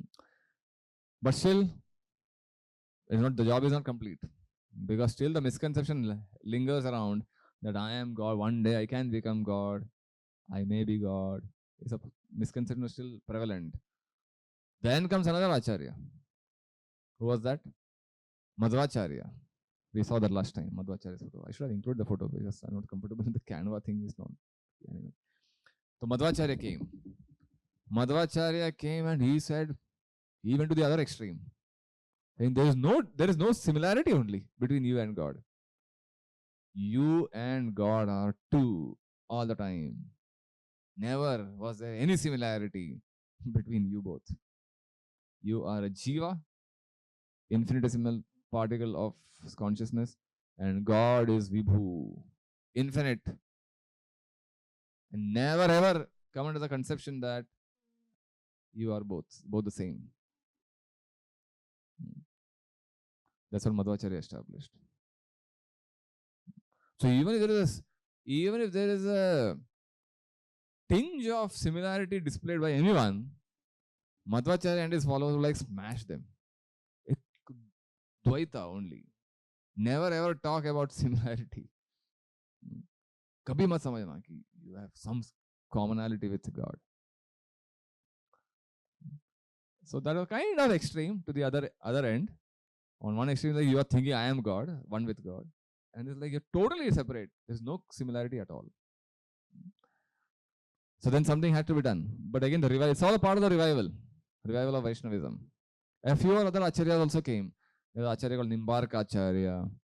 There is Vishnu Swami. So all the four Vaishnava parampara jo dekha humne last time, yesterday only we discussed. One acharya in each of these paramparas came and established the principles of Vaishnavism, paving the way for the conclusion. So this all happened in 11th, 12th centuries, that period, in different parts of India. So now with Madhvacharya's appearance and all these acharyas, the stage is set for Krishna himself to come personally and harmonize all teachings. That's when Sri Chaitanya Mahaprabhu comes. He appeared in 1486, 15th century, 1486. And what he does is, he does a very brilliant thing. He borrows two principles from each of these four paramparas and then presents his teaching. We have mentioned this here. What exactly he borrowed from each of the four Vaishnava paramparas, sampradayas. From Ramanujacharya, he borrowed concept of unalloyed devotion free from karma and gyan. Karma and gyan is like materialistic ambitions. I want to become this and I want to acquire this. That's a tendency of karma and gyan here meant here. Emphasis on service to the devotees. Bhakto ki seva, Vaishnav seva. Vaishnav seva is highly emphasized in Sri Sampradaya, Ramanujacharya Sampradaya. If you go there, they will treat you like God only in Sri Vaishnava temples. They will go to any extent to provide all kinds of services to you. Very, very nice mood. From Madhvacharya, he defeated the concept of defeating Mayavad, the Advaita philosophy, how you and God are one. That was never tolerated in their school. They will immediately have strong arguments to show that there is no similarity. Strong argument from Vedic scriptures. And in this way, that quality of defeating this misconception that I am God or I can become God, Mahaprabhu, Sri Chaitanya Mahaprabhu borrowed that idea. And he appreciated that quality from the school. He also borrowed that idea of the concept of deity worship. So if you go to Udupi and other places of Madhvacharya, you will find elaborate arrangements for deity worship. You will spend hours and hours treating Krishna's person nicely, offering him all kinds of bhoga and dressing, and they will celebrate such nice festivals, decorate the murti of Udupi Krishna in such nice forms. So that treating God in a grand way, murti as a grand person, very respectable, worshipful person, that concept was borrowed from Madhvacharya. From Vishnu Swami, he borrowed another two concepts: sentiment of total dependence on Krishna, path of spontaneous devotional service, and Nimbarka Acharya, another 2 points. So in this way, Sri Chaitanya Mahaprabhu harmonized everything and presented his Gaudiya Vaishnava teachings. In fact, it is said that Lord Chaitanya appeared to these acharyas far before.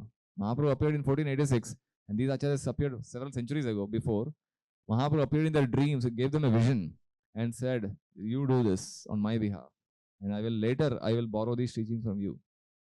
So in this way, Krishna himself is orchestrating the whole revival in the form of Sri Chaitanya Mahaprabhu. And finally, when he came, he established the Yuga Dharma of Sankirtan. So every yuga, we are talking about the four yugas. Every yuga has a Yuga Dharma, a process that is most effective for that particular age. For Yuga Dharma, for this age is Sankirtan, congregationally assembling and glorifying Krishna, his activities and his holy names. That activity is the most effective method of spiritual advancement in this age. Harer Namaiva Kevalam. Harer Nam, Harer Nam, Harer Namaiva Kevalam. Kalau Nastyeva Nastyeva Nastyeva Gatiranyatha. So in this way, Lord Chaitanya harmonized and presented. Then later, Prabhupada came in the same parampara. Srila Prabhupada came. Sri Chaitanya Mahaprabhu and his associates dancing. Sri Chaitanya Mahaprabhu come.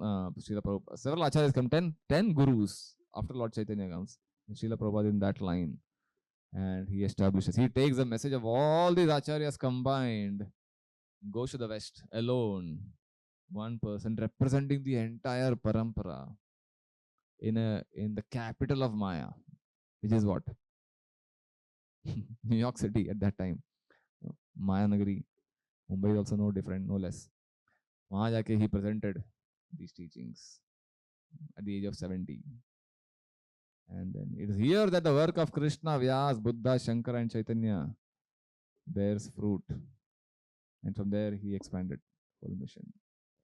So you mentioned that Madhvacharya, he taught Advaita. Sorry, Dvaita. Shankaracharya, yeah. So what was Lord Chaitanya's contribution? What exactly did he emphasize on? Yeah, his teaching is Achintya Bheda Bheda Tattva. So there's a difference also between God and the living entity. There is similarity also between God and the living entity. So what is the similarity? Prabhupada gives a nice example. How if you take a drop of water from an ocean, that ocean drop will contain the same percentage of chemicals as found in the entire ocean. Sodium, potassium, all those elements. Drop may be utna hi percentage.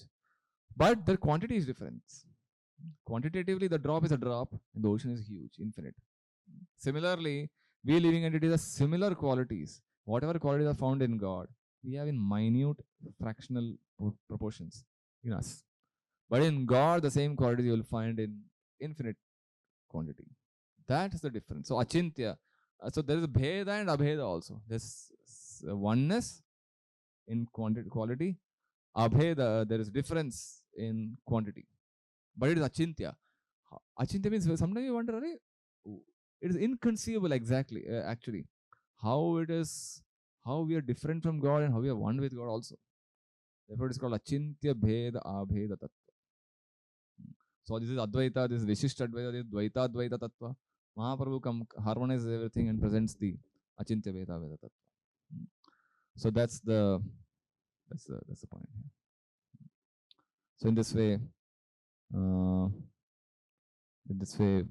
there are other Vaishnavas also in South India in the same period, approximately a few centuries ago. The Alvars came, the 12 Alvars, Kulashekara Alvar, and then Namma Alvar, Andal, all these Alvars came. They presented strong devotional presentations, poetries, to establish Vaishnavism as the most authorized forms of worship. Similarly, in North India, these poets came, Vidyapati, Jayadev, Chandidas. Mahaprabhu, in his last final years, he would listen to these songs, relishing their devotional sentiments. The point is how Vaishnavism was established all over India, beginning with Buddha's emergency incarnation 2500 years ago. And then Shankaracharya, all these people came and established, revived this pure devotional sentiments of genuine worship to Vishnu.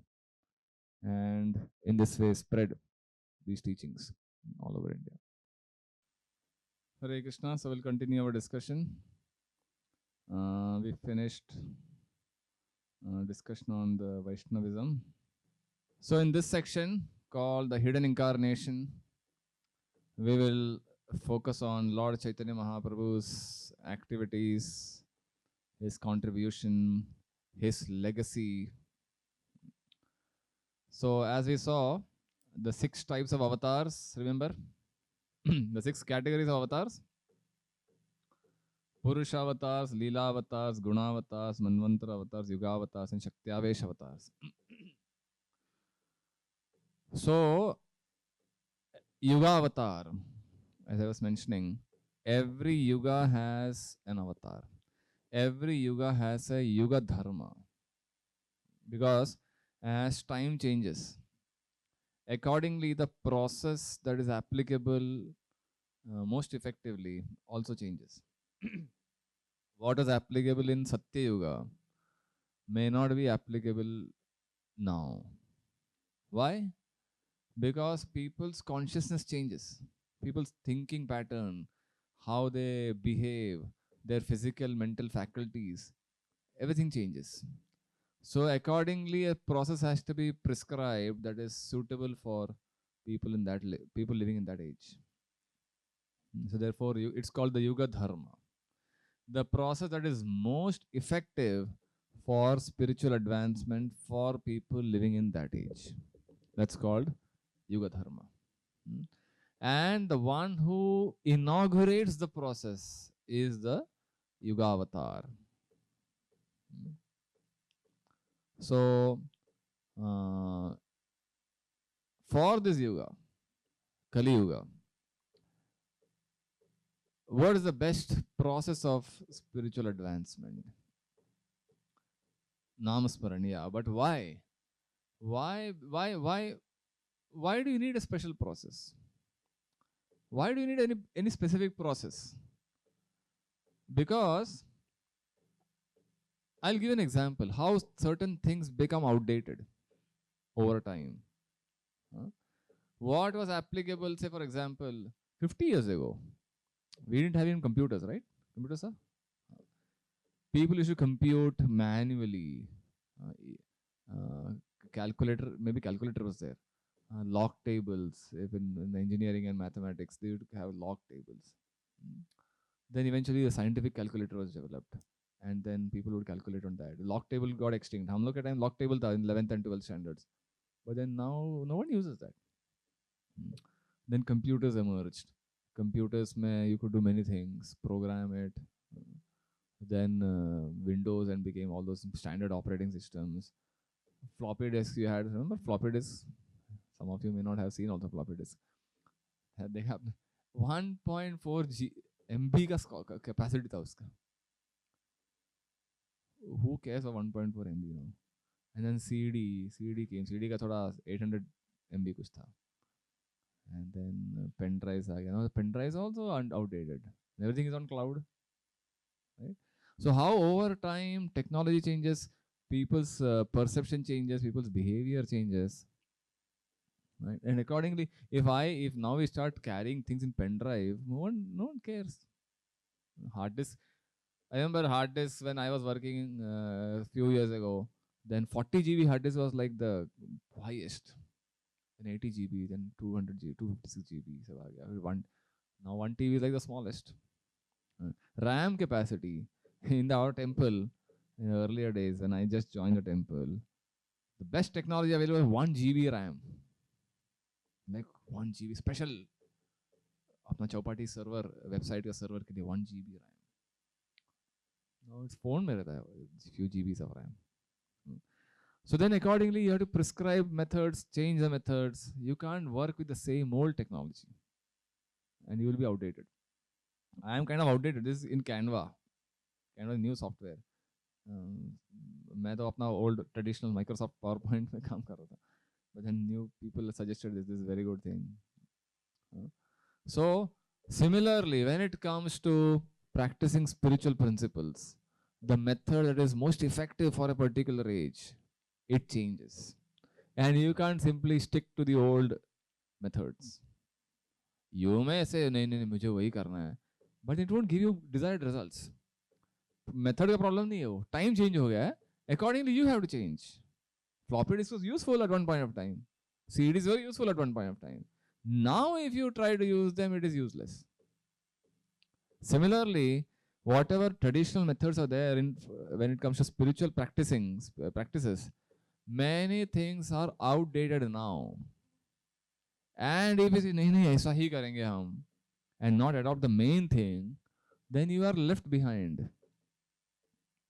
So in Satya Yuga, the method was meditation, deep meditation, because people had long lifespans. People would stay for thousands of years. That was or normal lifespan. In fact, it is said 1 lakh years was the duration, average duration. And then as Yuga changes, from Satya to Treta, the average lifespan becomes 10,000 years. From Treta to Dwapar, the lifespan becomes 1,000 years. And then in Kali Yuga, it becomes 100 years maximum. So lifespan change हो रहा है.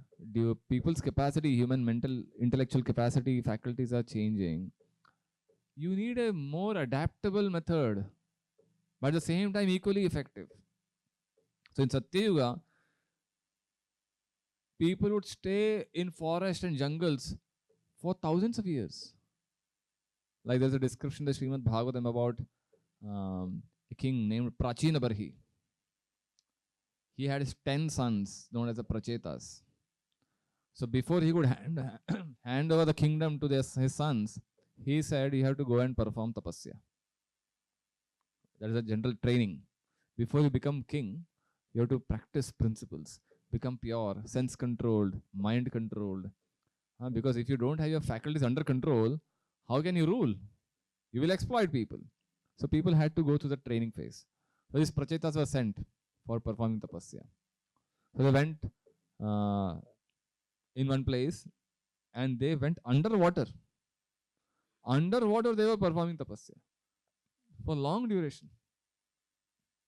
And Lord Shiva comes there. Looking at the nice friendship and relation between these brothers, Shiva is very happy. You are going to perform very important task. I will guide you.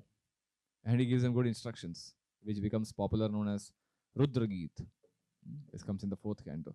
Very valuable instructions. These 10 boys hear them and then they follow them and then they become excellent, capable administrators. And then they eventually come out and then they rule the kingdom, take over the responsibility of the kingdom. So that is meditation underwater. If we are told, I will perform that, you have to perform that, who can do that? Right? River ke under, staying there for years.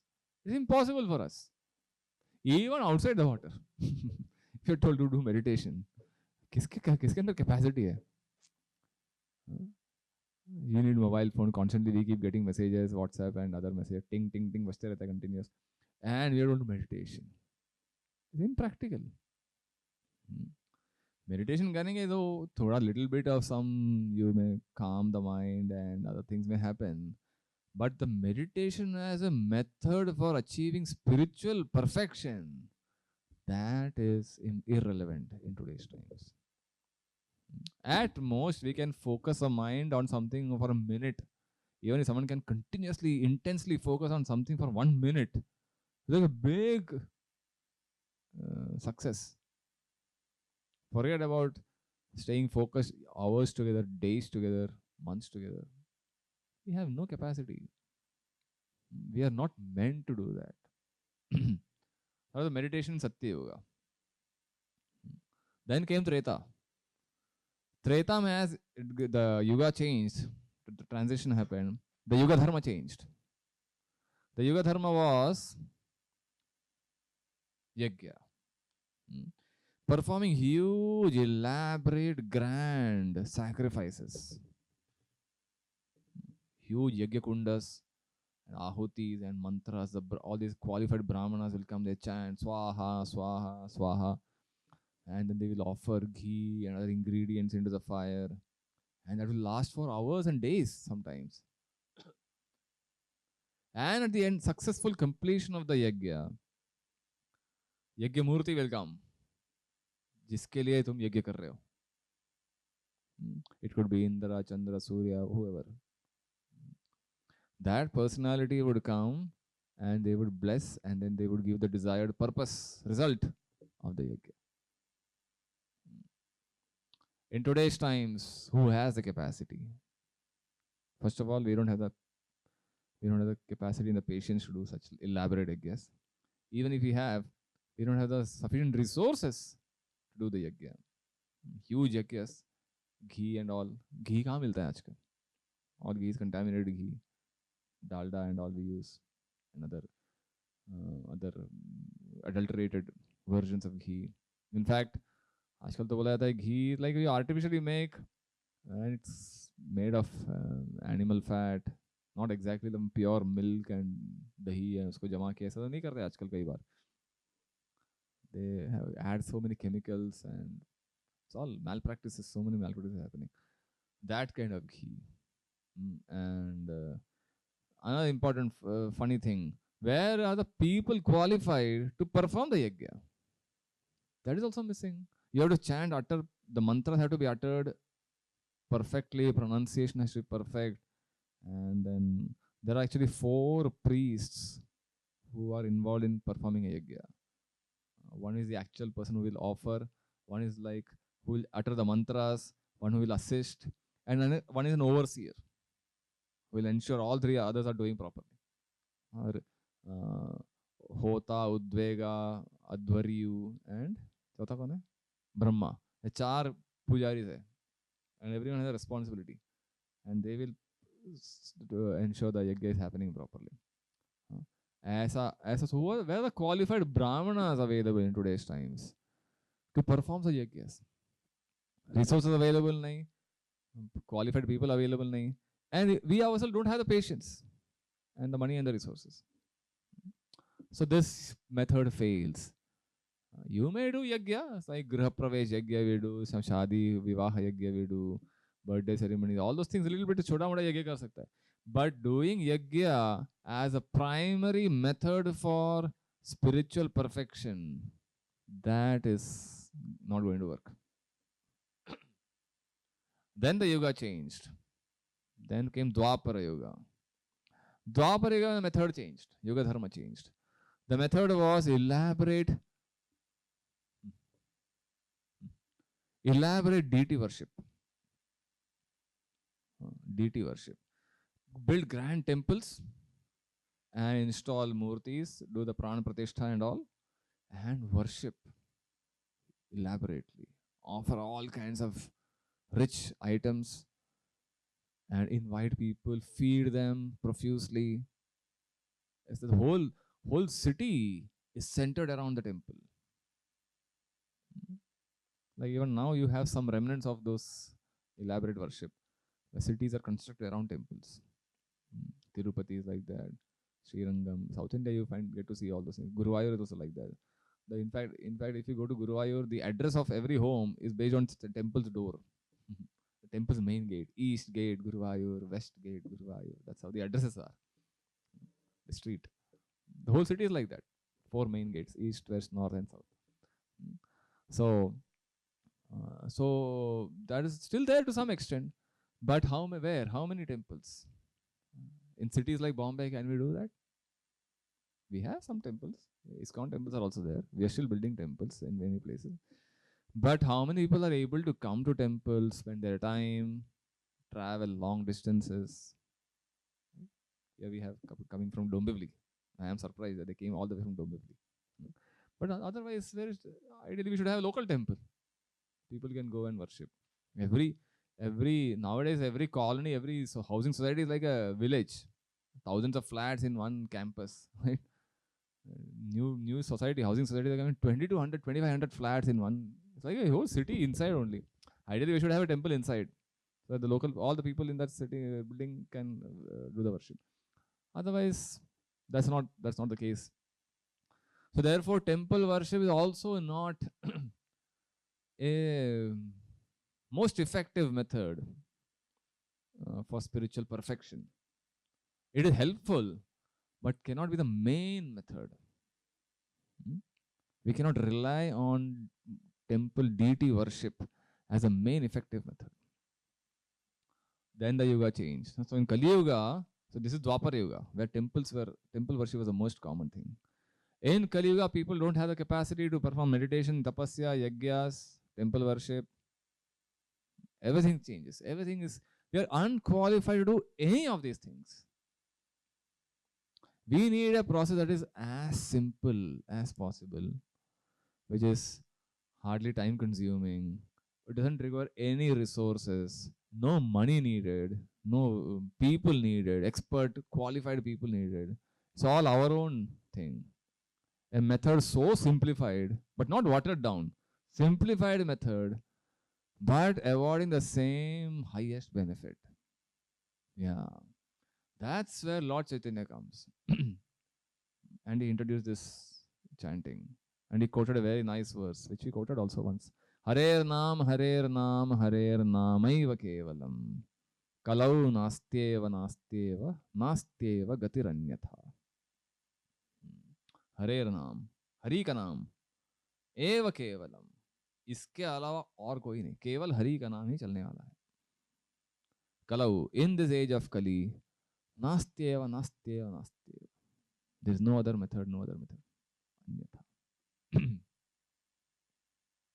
In one of our ISKCON temples in the West, someone in the temple they had a big board. This mantra was written there. Kalau Nastyeva, Nastyeva, Nastyeva Gatiranyatha. So one newcomer, some local American came and he read this. They didn't know the pronunciation, right? He read it. Nasty Eva, Nasty Eva. And he asked, hey, who is this Eva? And why is she so nasty? And then he had to explain, Array, something, the pronunciation is different. This is not Eva, this is Eva. So in this way, so point is this is the method. This is the method for this age. All we have to do is sit in one place and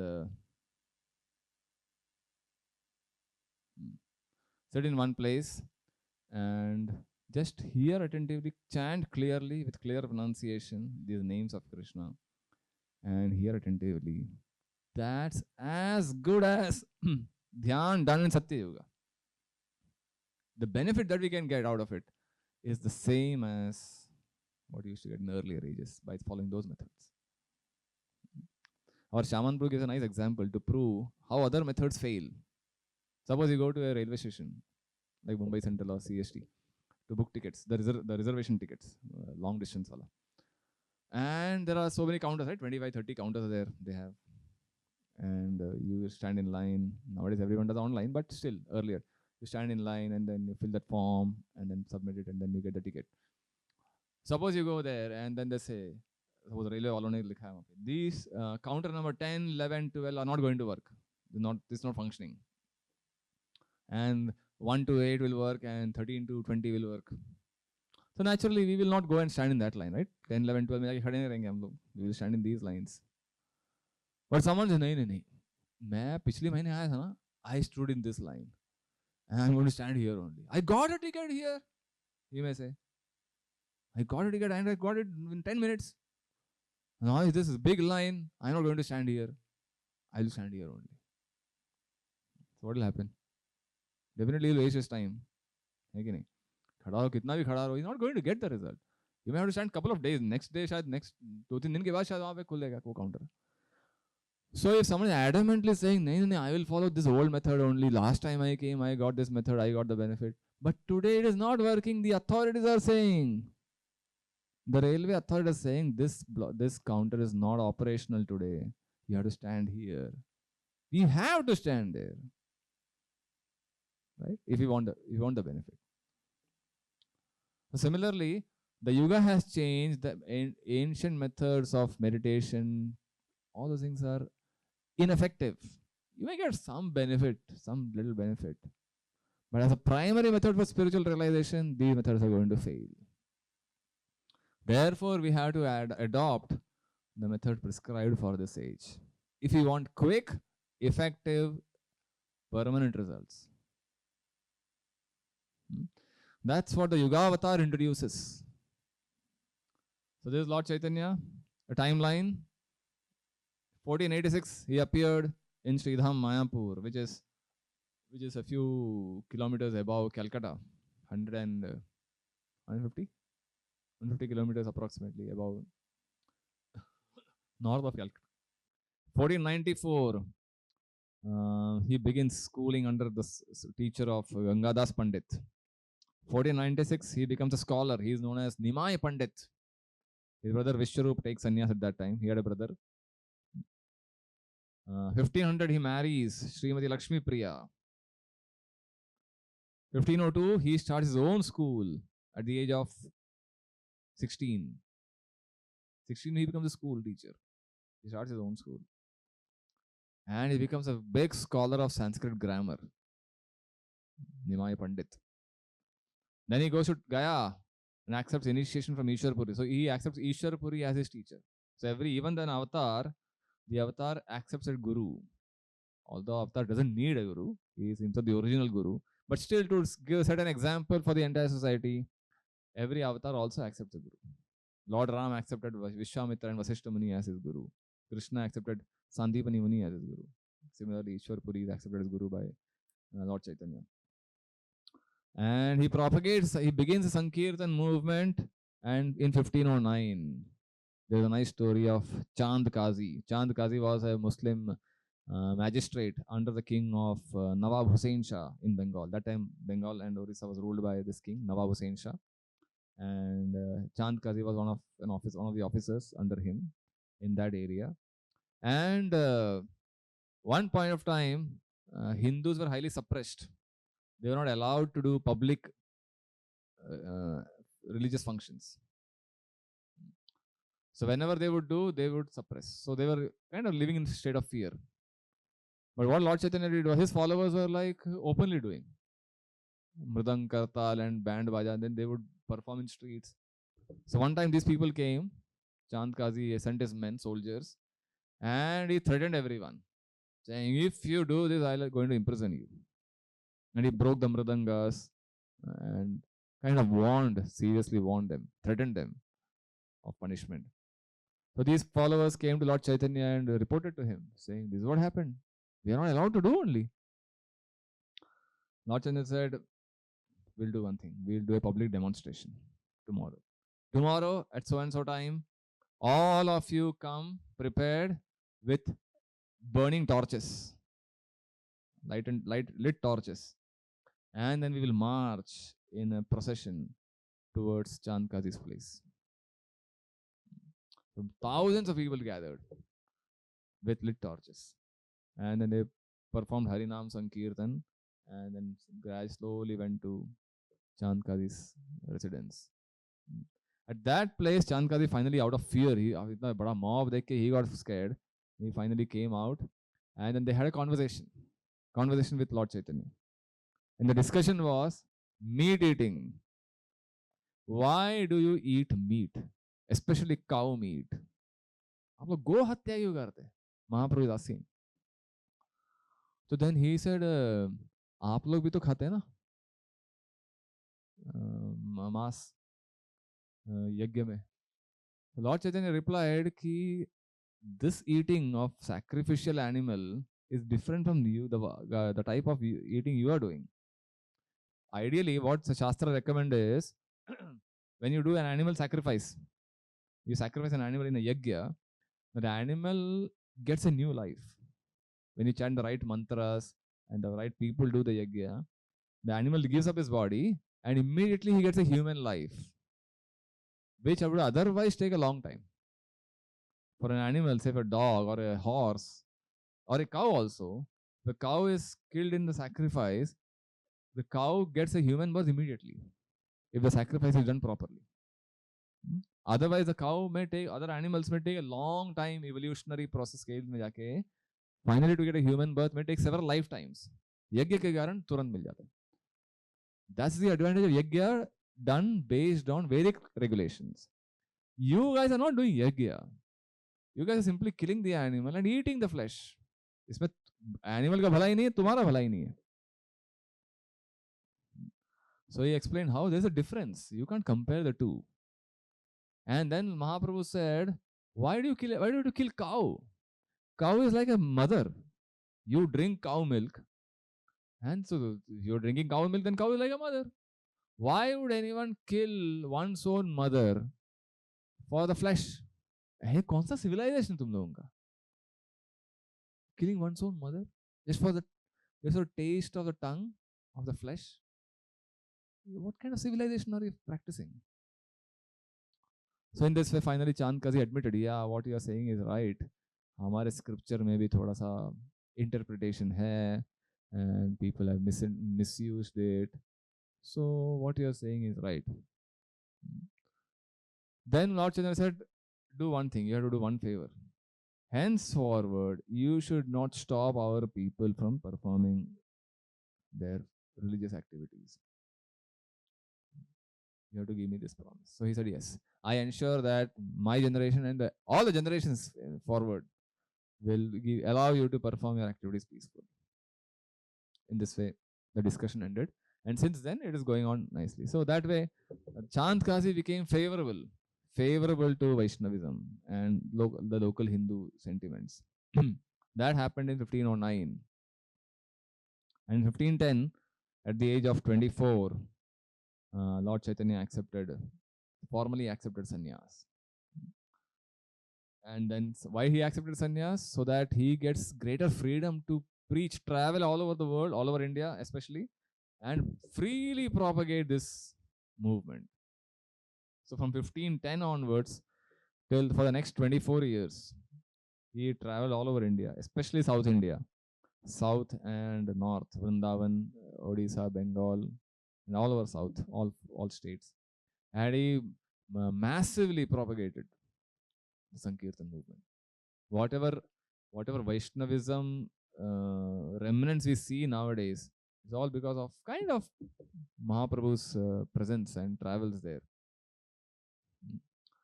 And even in North India, Vrindavan and all, if you go to Vrindavan even now, then there are a lot of connection between Bengal and Vrindavan. Several temples, you will find manuscripts written in Bengali. Roop Sanatan, he sent his later assistant. We will see that. Later assistants and followers he sent to Vrindavan and established Vrindavan as a capital of devotion to Krishna, worship of Krishna. So that is Lord Chaitanya. He inaugurated the Sankirtan movement. It is said that when he was in Mayapur, West Bengal, every night, day and night, he would have these Sankirtan festivals in people's homes. One of his associates' homes, Srivas Thakur's home. That place is still there. If you go to Mayapur, Srivas Angan and Advaita Angan, where they would daily gather in the night especially and perform Kirtan and experience all kinds of spiritual emotions. Setting the scene, setting the example of how this is the most effective method for this age. Just coming together, relishing the holy names, chanting the holy names, and participating in congregational chanting. It's only those individuals are benefited. The vibrations will spread all over. Wherever it spreads, everything gets purified, decontaminated. That's the potency of this vibration. So when yajna would perform in earlier ages, or when someone would meditate for a long time, not only the person is benefiting, the whole area gets benefited. Yajna ka धुआं जब जाता है सब जगह पे, the area is purified. That's the effect. Similarly, when we chant the holy name, especially in this age, wherever the vibrations go, there is a transformational effect. We may not realize it and we may not notice it immediately. But simply by hearing the vibration, anyone who hears accidentally also, unknowingly also, they are actually getting benefited. And their consciousness, their mentality, their thought process changing. It's a very micro level of transformation. Systemic level of changes are happening. So, and whenever we do constantly, then we can see the change. That's why this is called as the golden age. The transformation has already begun. Satya Yuga within the Kali Yuga has already begun. So that is about a few information about Lord Chaitanya's life. A little more. 1510, he travels to Puri, visits the deity of Sakshi Gopal. In 1510, he meets Sarvabhauma Bhattacharya. Sarvabhauma Bhattacharya was a very powerful scholar at that time, and he had a conversation with him. and he converted him. 1510 continues his travel towards South India, meets Ramananda Rai. Ramananda Rai was another very influential politician at that time in what is that place? Rajamundry in Andhra Pradesh. Hmm. August to November, 4 months of 1510, he spends in Srirangam, the monsoon Chaturmas period. He stays there. So, traditionally, in the Chaturmas period, the sannyasis don't travel. They stay in one place, and after the 4 months, they begin their travel. 1511, he returns to Jagannath Puri. Then he goes to Bengal. He meets Rup and Sanatan Goswamis. They are one of the most prominent followers of Lord Chaitanya who carried forward his mission. They created the legacy. 1515, he returns to Puri via Shantipur, goes to Vrindavan, and again returns to Puri, remains there for the final 18 years. So, okay, one more slide is there. In the last 18 years, he spent like this. He inspires active preaching work based in Puri. From Puri is like the headquarters for him, and he sends people out to Bengal, to Odisha, to Vrindavan, to other places. And people would come every year to meet him, gain inspiration, gain some instructions, specific instructions, and then they would go back. Every year, people would come participate in Rath Yatra. The Rath Yatra festival would happen in June, July. All these people from all over India would come, and they would participate in Rath Yatra, gain inspiration, and then they go back. This is how it would happen. Then his followers, Rup Sanatan Goswamis, they carried forward the mission. Raghunath Bhatta Goswami, Raghunath Das Goswami, all these events happened. Finally, he disappeared in the year of 1534 at the temple of Tota Gopinath, which is in Jagannath Puri. So that's the short life history of Sri Chaitanya Mahaprabhu. Any thoughts on this? Any questions on this? Yeah. So I have been reading about recently. I have started reading about Mahaprabhu's biography and about him. So what I gather is his birthplace is in Bangladesh right now. No, that is in Mayapur. It's in Bengal, West Bengal right now. Isn't it Bangladesh? No. In Birth happened in Mayapur. Yeah, and for some reason he traveled to Bangladesh. Yes. For some reasons, his family had to shift from because of invaders. Invaders. No. His birth name was Mishra. Mayapur. His ancestors, fathers or grandfathers may have been in Bangladesh. His birth name was Mishra, right? Jagannath Mishra, father's name. Jagannath Mishra, and his own birth name was Nimai. Vishwambar. Vishwambar. Yes, exactly. So, due to invaders invading in that region, family had to shift from that place to another place. No. This family didn't shift. They stayed there only. You could be talking about their ancestors. They may have shifted. Or maybe I'm talking about not Mahaprabhu, Mahaprabhu's companion. It could have. Some other followers may have. So, why didn't Mahaprabhu, being an avatar, he could have like easily swayed away this invaders and could have fight for dharma, but it never happened like that. So is it because I understand that every avatar has a purpose? Every avatar does avtaran on this place with a purpose. So the purpose of this avatar was to spread bhakti.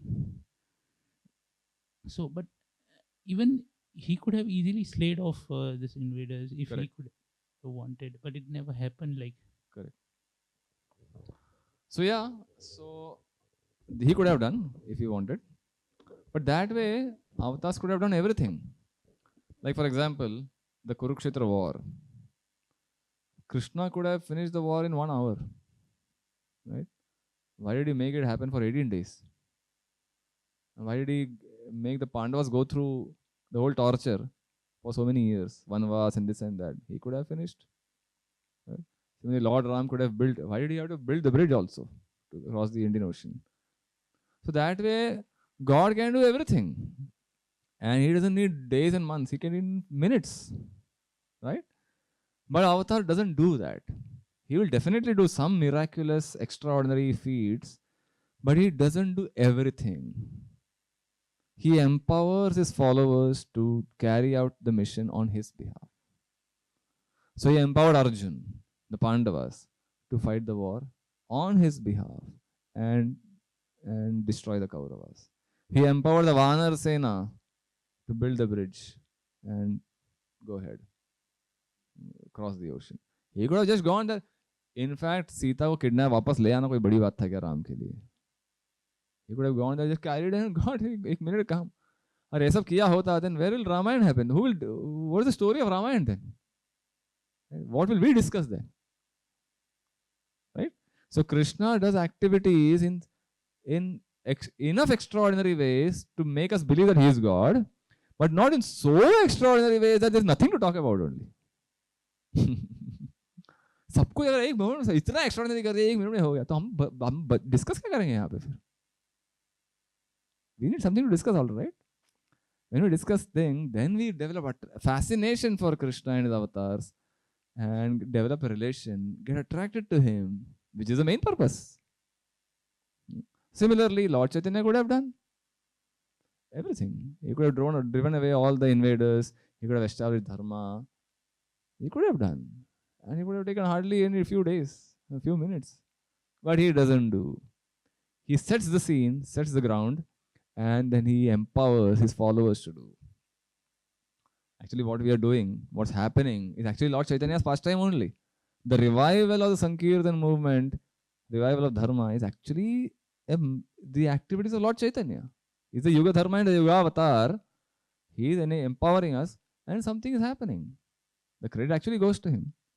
But then we can now discuss how Prabhupada came, how Bhaktivinoda Thakur came, how Bhakti Siddhanta Thakur came, how the 6 Goswamis did, and all empowered by Lord Chaitanya. With all Chaitanya, Mahaprabhu's Shakti, whatever everyone is doing, everyone is doing. So then the excitement also there. Oh, I saw this challenge, these people, they face these challenges, and they overcame these challenges in this fashion. And then another challenge came, and then they overcame like this. Then there is excitement and adventure. And we also get the benefit. Arjun got glorified. If Krishna would have done everything, Arjun के बारे में किसी समझता ही नहीं था. If Ram would have built the whole bridge, Hanuman का glory समझ में कैसे आता था फिर? Hanuman the Sugriv. So Avatar can do everything, but Avatar doesn't do everything. He empowers his followers and devotees to get the credit, share the credit. Is that okay? Okay, so when we do chanting, does the quality of chanting matters or the count matters? Definitely quality. So Count like also matters. We will discuss that the last section. Quality and quantity both matters. Which comes first, that depends on the individual. Some people decide ki nahi, I will chant only few minutes, few mantras a day, but I'll chant with attention qualitatively, and then gradually increase, which is fine enough. But some people think quality के पीछे भागता रहा तो मेरा पूरा life time जाएगा. तो let me do a certain minimum quantity.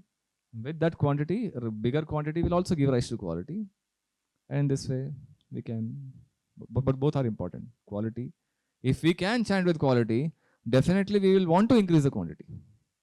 With the relish that we enjoy out of that quality chanting, we will be inspired to chant more. So both are important. So these are the immediate followers of Lord Chaitanya, the 6 Goswamis of Vrindavan. They are popularly known as Shad Goswami. And their names are, I didn't mention the name specifically here. Rupa Goswami, Sanatan Goswami, Jiva Goswami, Gopal Bhatta Goswami, Raghunath Das Goswami, and Raghunath Bhatta Goswami. So who are these? Most of them were born in aristocratic families, wealthy, influential families, and they were big time scholars, very well read, very knowledgeable, and they gave up everything just to associate with Lord Chaitanya's mission. A number of them came from aristocracy but left aside considerable wealth, dedicating themselves to teaching and writing. So let us see individually some of them. Rupa Goswami. So Rup, Sanatana and Jiva, they are one family. Rup and Sanatana brothers, and they had one more brother named Anupam, whose son was Jiva Goswami. So Rup Sanatana nephew is Jiva. So considerably lower, smaller age, very younger compared to Rupa. So Sanatan was the elder brother, Rupa Goswami was a slightly younger brother, few years younger, and Jiva was a nephew. But Rupa Goswami is considered a chief, the leader of the 6 Goswamis. And both of them, Rup, Sanatan and Jiva also, they wrote such extensive writings. If you look at simply the list of books that they have written, Rup and Sanatan, it's huge. And the main work, especially of Rupa Goswami, is known as the Bhakti Rasamrita Sindhu. He took about several years he took to compile this book and finally write it.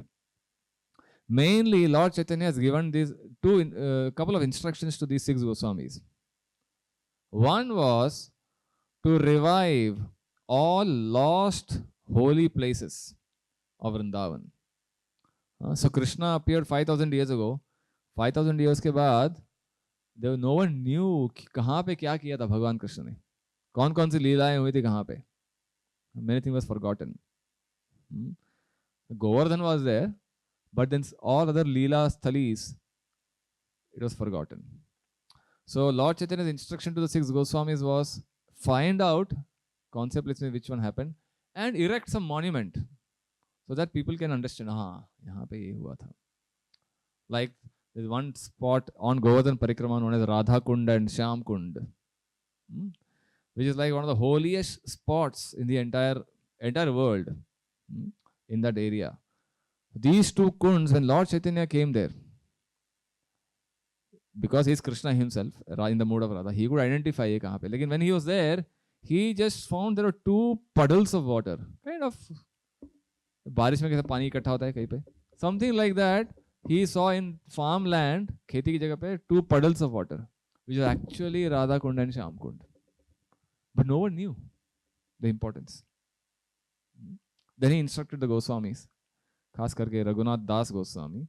He was the one who financed, found the money, excavated, called the villagers and told them, this is the holiest spot, Baba. You are considering it to be ordinary. Very special place. Radharani's bathing spot, Krishna's bathing spot.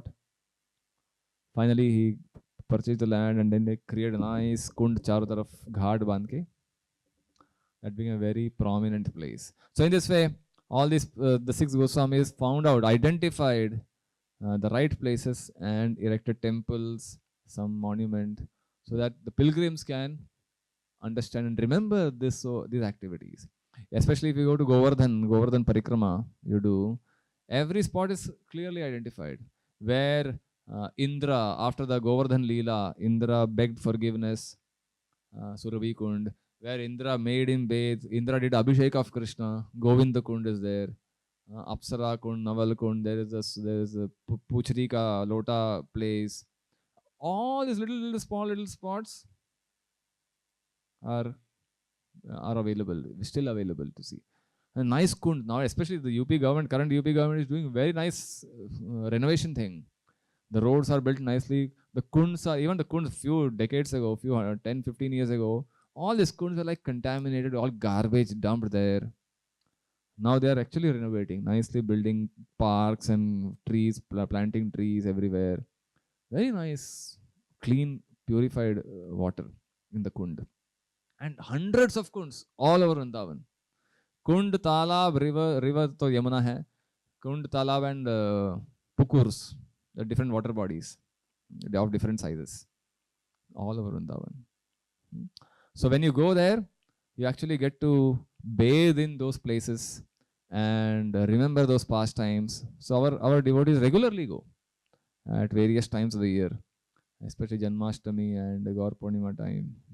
Yeah, Guru Purnima time also. They do Guru Purnima time. You will find lakhs of people doing the parikrama of Govardhan, Sanatan Goswami disappearance day. So in this way, these are the people who actually did the excavations and installed places. That was one instruction given to them. Another instruction given to them was writing books, establishing our philosophy properly so that the mass of people can understand and learn the teachings. So the primary work done by these Goswamis were studying all the Vedic literatures, the Vedas and the Upanishads and the Puranas, because we saw na last time Puranic literature में कितने shlokas है हर एक में, remember, thousands of shlokas. Who has the capacity to do all those, study all those?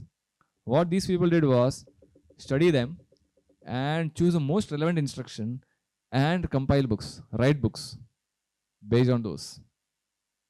So Rupa Goswami wrote this is Bhakti Rasamrita and Ujjwal Neelamani, several other books. Sanatana Goswami also wrote Hari Bhakti Vilas, Brihad Bhagavata Amrita. And these are actually, we can actually read all the same. And these are available also now in translations. English, Hindi translations are available. Very, very deep philosophy explained.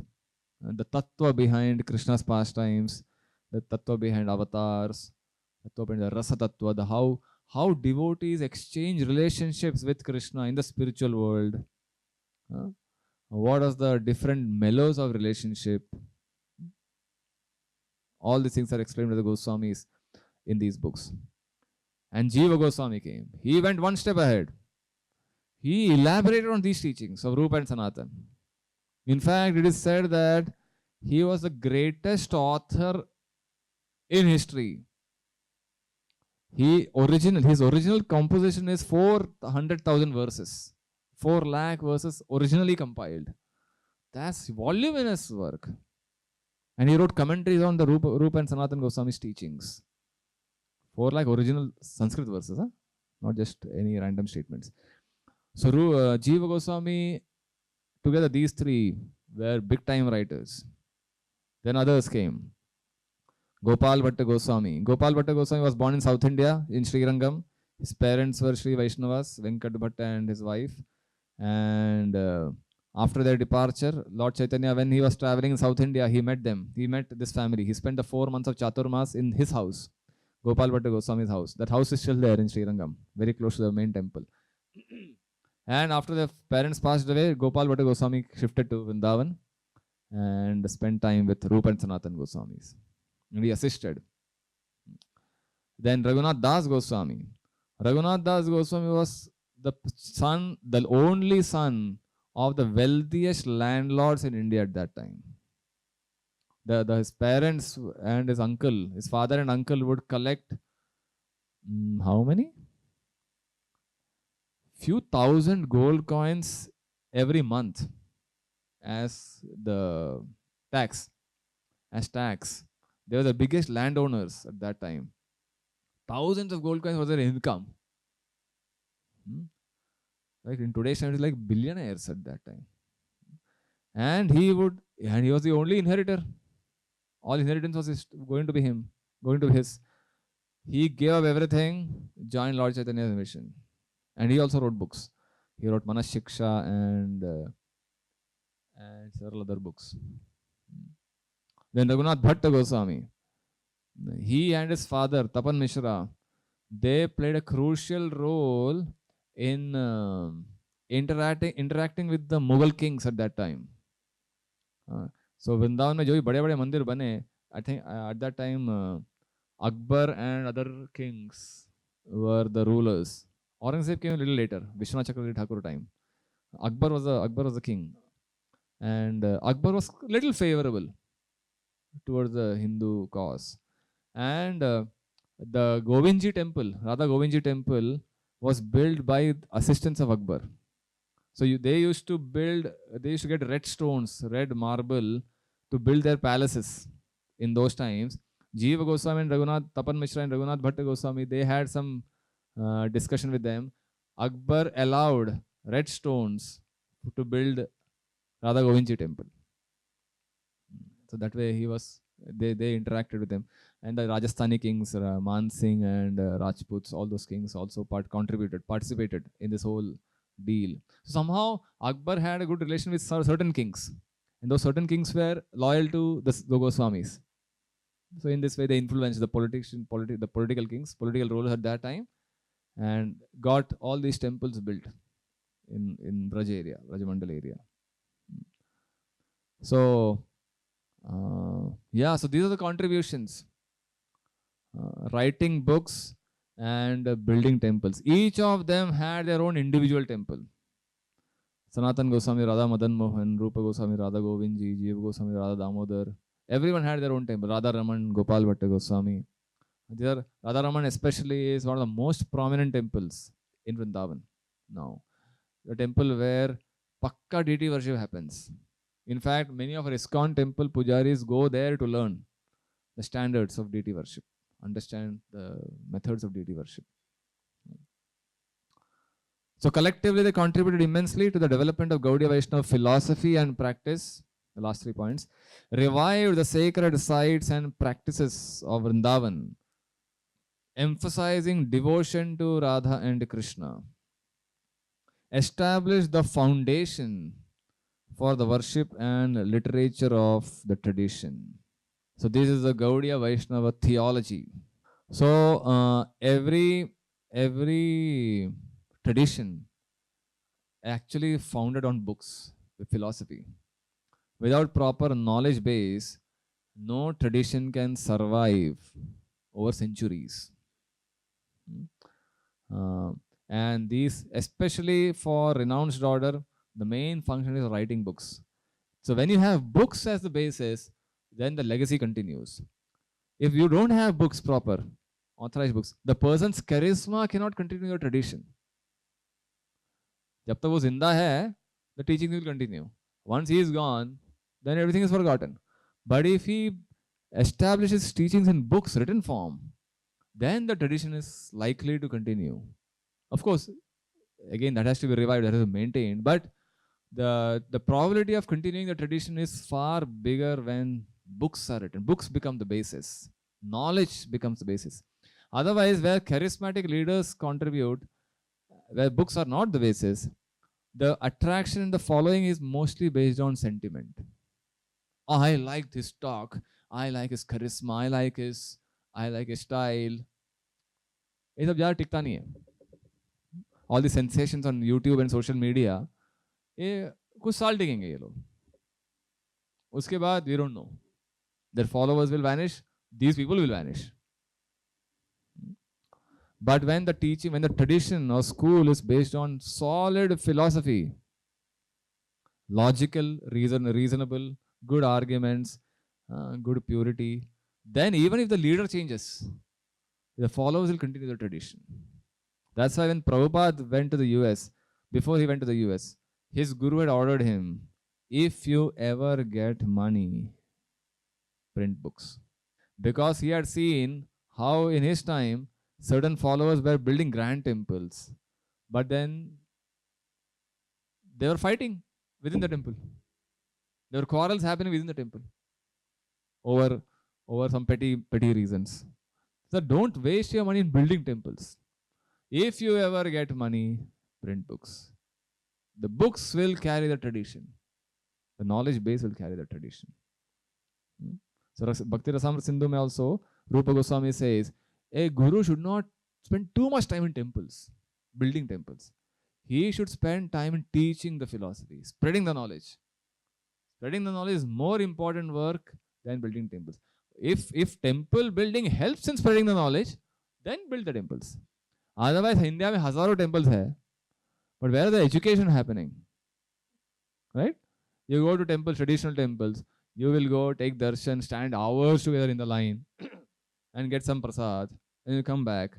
Where is the education happening? And therefore, people are losing interest in temples. People are interested more in movie theaters and malls than temples. But if temples become the centers of learning, centers of education, then people will be attracted. Prabhupada compared ISKCON temples compared to two things. Either it should be like hospital or it should be like a university. Hospital where sick people come to get treated. We are all infected with so many bad qualities, like negativities, lust, anger, greed, envy, pride, illusion. ये बीमारी वो cure करने के लिए you have to go to a temple. A temple is supposed to where you find people who can treat your these qualities. And the temple should be like an educational center where you get to learn the teachings of philosophy, the teachings and philosophy of Vedas. If these two things are not happening, it is not a temple, or not functioning as a temple. People may come out of sentiment, ठीक है, थोड़ा पूजा, थोड़ा benefit, थोड़ा पुण्य कमाई लेते हैं हम लोग, ऐसे आएंगे मंदिर, but they won't make life transformational changes in their life. They will continue their old habits. मंदिर आएंगे कभी once in a while, but their habits will continue. There won't be any transformation in their life. So ideally, temple should be like educational centers where philosophy is discussed, teachings are imparted, and people can apply them in their life and make positive changes. अगर ऐसा हो रहा है, then the temple is really a temple. So ideally, our temple should also be like that. ISKCON temple should be like that. If any ISKCON temple is not functioning like that, then it is a waste. It is not serving the purpose of a temple. Okay, so in this way, so Lord Chaitanya established his legacy mainly by inspiring his followers to write books. He himself didn't write much. He himself wrote only 8 verses, known as the Shikshashtakam. In fact, he actually had a lot of conversations with great scholars, mainly 5 conversations he had in his whole life. One was Sarvabhauma Bhattacharya in Jagannath Puri, one was Prakashananda Saraswati in Varanasi, Rupa Goswami in Prayag, Sanatan Goswami in Varanasi, and Ramananda Rai in South India. These 5 conversations Lord Chaitanya had formed the foundational teachings of Gaudiya Vaishnavism. And Rupa Goswami, Sanatan Goswami, all these Goswamis elaborated on these teachings. And he himself composed these 8 verses known as the Shikshashtakam, the glories of chanting the holy names of Krishna on a daily basis, the effect of chanting the holy name, the benefits of chanting the holy name, the mood in which one has to chant the holy names, and what's the goal, what is the purpose of chanting the holy name. In 8 verses, 8 condensed verses, he gave these teachings, and his followers expanded, elaborated the teachings and presented what we now known as the Gaudiya Vaishnava theology. So that's the contribution of 6 Goswamis. And their followers, eventual followers, they again elaborated, they wrote their own books, elaborated. So as every member of Parampara gets added, the teachings expand, making it more relevant to that current audience. Like the Gita was spoken 5,000 years ago, with simply the shlokas if we present now, people won't understand. We need translation, we need commentaries, what Krishna meant by speaking a certain statement. So as time progresses, the teachings have to be adapted according to the needs, mentality of the current audience. You can always go back to the original. Original क्या है सुनाओ, मैं उसी में से सुनूंगा. दिया भी तो समझ नहीं पाएंगे हम लोग. You understand? Always you need a tika and a commentary of the current acharya to understand the original teaching. So even Prabhupada books, which is like the latest for us, Prabhupada books, we need commentaries. We may need commentaries later.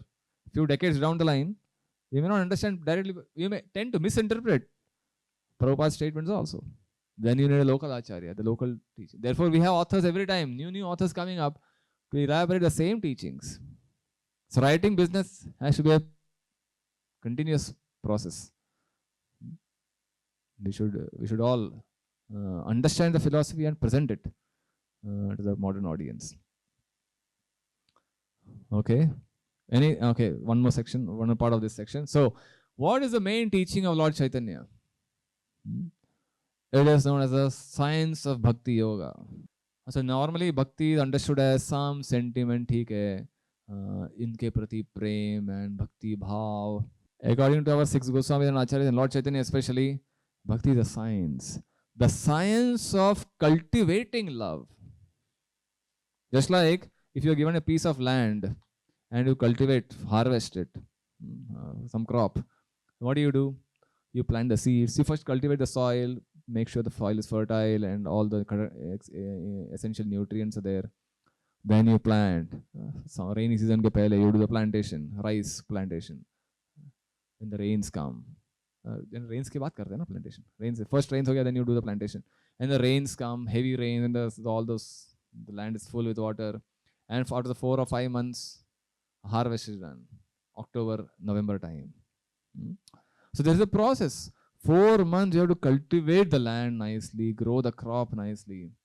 Similarly, Lord Chaitanya would compare our heart to a garden. A garden where you cultivate the seed, the seed, a creeper of devotion. Bhakti Lata Beej. You plant it, and then the sapling will grow, and you cultivate that plantation. Bhakti ka creeper. It takes lot of effort to systematically cultivate so that the plant will grow and produce nice fruits and flowers. अगर उसमें मिलावट आगे ध्यान नहीं दिया, it will produce something else. If you want pure love, the fruit of pure love of God to come out of it, then you have to pay attention to properly nourish the plant, take care of, protect it from all kinds of attacks, and it will grow into luxurious product. That is the science. How love, pure loving sentiments towards God can be cultivated nicely. Bhakti is a loving sentiment that a jiva, a living entity, feels towards God, which we all have. We all have it in a dormant state. Again, it is now forgotten or suppressed. Uncovering that thing and gradually allowing that sentiment to blossom nicely, that is the science. That's what Lord Chaitanya teaches and his followers teach. So, bhakti means devotional service and implies love and service. Devotional service is an eloquent description of bhakti as it involves activities to please the beloved. Sometimes bhakti is translated devotion. Prabhupada said devotion is not a complete translation. Devotional service. अगर भक्ति है, then you will want to do seva also. So, जब सेवा नहीं कर रहे, तो भक्ति is simply sentiment. So, bhakti is devotional service. Service done with a mood of devotion. So love is a fundamental drive. The complete fulfillment of this desire requires expanding it inclusively. So we all have love, we all have a relation with among each other. When all those relations can achieve its perfection, when it is directed towards God ultimately. That's what Lord Chaitanya is teaching. So yoga, as we saw in last time, yoga is the science of connection. Remember the triangle? Yoga is the jiva connects with God. So that's the science. The nectar of devotion teaches the art of loving all beings through loving service to Krishna. So in modern times, Prabhupada coined this term Krishna consciousness. Krishna consciousness is another name of Bhakti Yoga, the Western equivalent. क्योंकि उस समय पे America में waste में the term consciousness was getting very popular.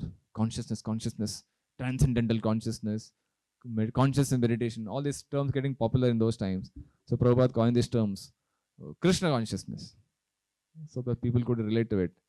What it meant was Bhakti Yoga only. Just if you directly tell Bhakti Yoga, people wouldn't have understood.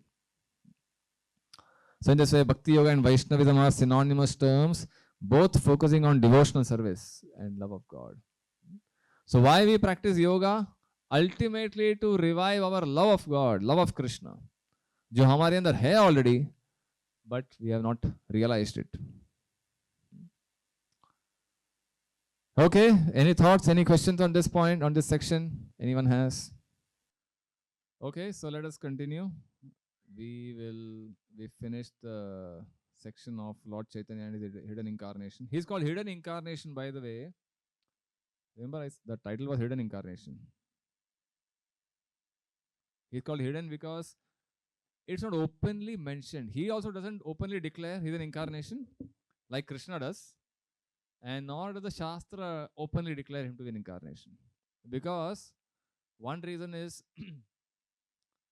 if you openly declare yourself an incarnation, then there is a danger that people will also start imitating him, calling him, I am also an incarnation, I am also an incarnation.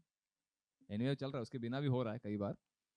But if some person is saying I am an incarnation, people think, if you have extra powers, you also can become an incarnation. So to remove that idea, misconception, Lord Chaitanya would say, I am not an incarnation. In fact, when people recognized him as a god, as Vishnu, he would block his ears, saying, Vishnu, Vishnu, don't call me God. To think that I am God is the biggest danger for your spiritual advancement.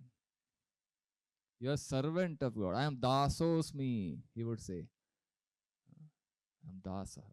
Please treat me like a servant of God. I am never God. So that way he never declared he's a God. Like in Krishna, in the Gita, Krishna openly declares, I am the source of everything. He showed the Vishwarupa, Virat Roop dikhaya. Openly declaring, I am God. I am the source of everything. Everything emanates from me. There is nothing, no truth superior to me. Openly declaring, I am God. And Arjun also like Bhagavan, Shri Bhagavan Uvacha. ऐसे होता है ना declare Gita का statements. Vyas, Dev, Narad, Muni, everyone declaring Krishna as God. So there is no confusion about that. But शास्त्र में महाप्रभु के बारे में भी declaration नहीं है. ज़्यादा नहीं है. बहुत selected confidential areas में ही है. Why? Because his purpose is different. His purpose is to demonstrate how to become a devotee, how to be an ideal devotee, Bhaktavatar. So Lord Chaitanya's all movements, all activities, all pastimes are to show the pure sentiments of an ideal devotee of Krishna.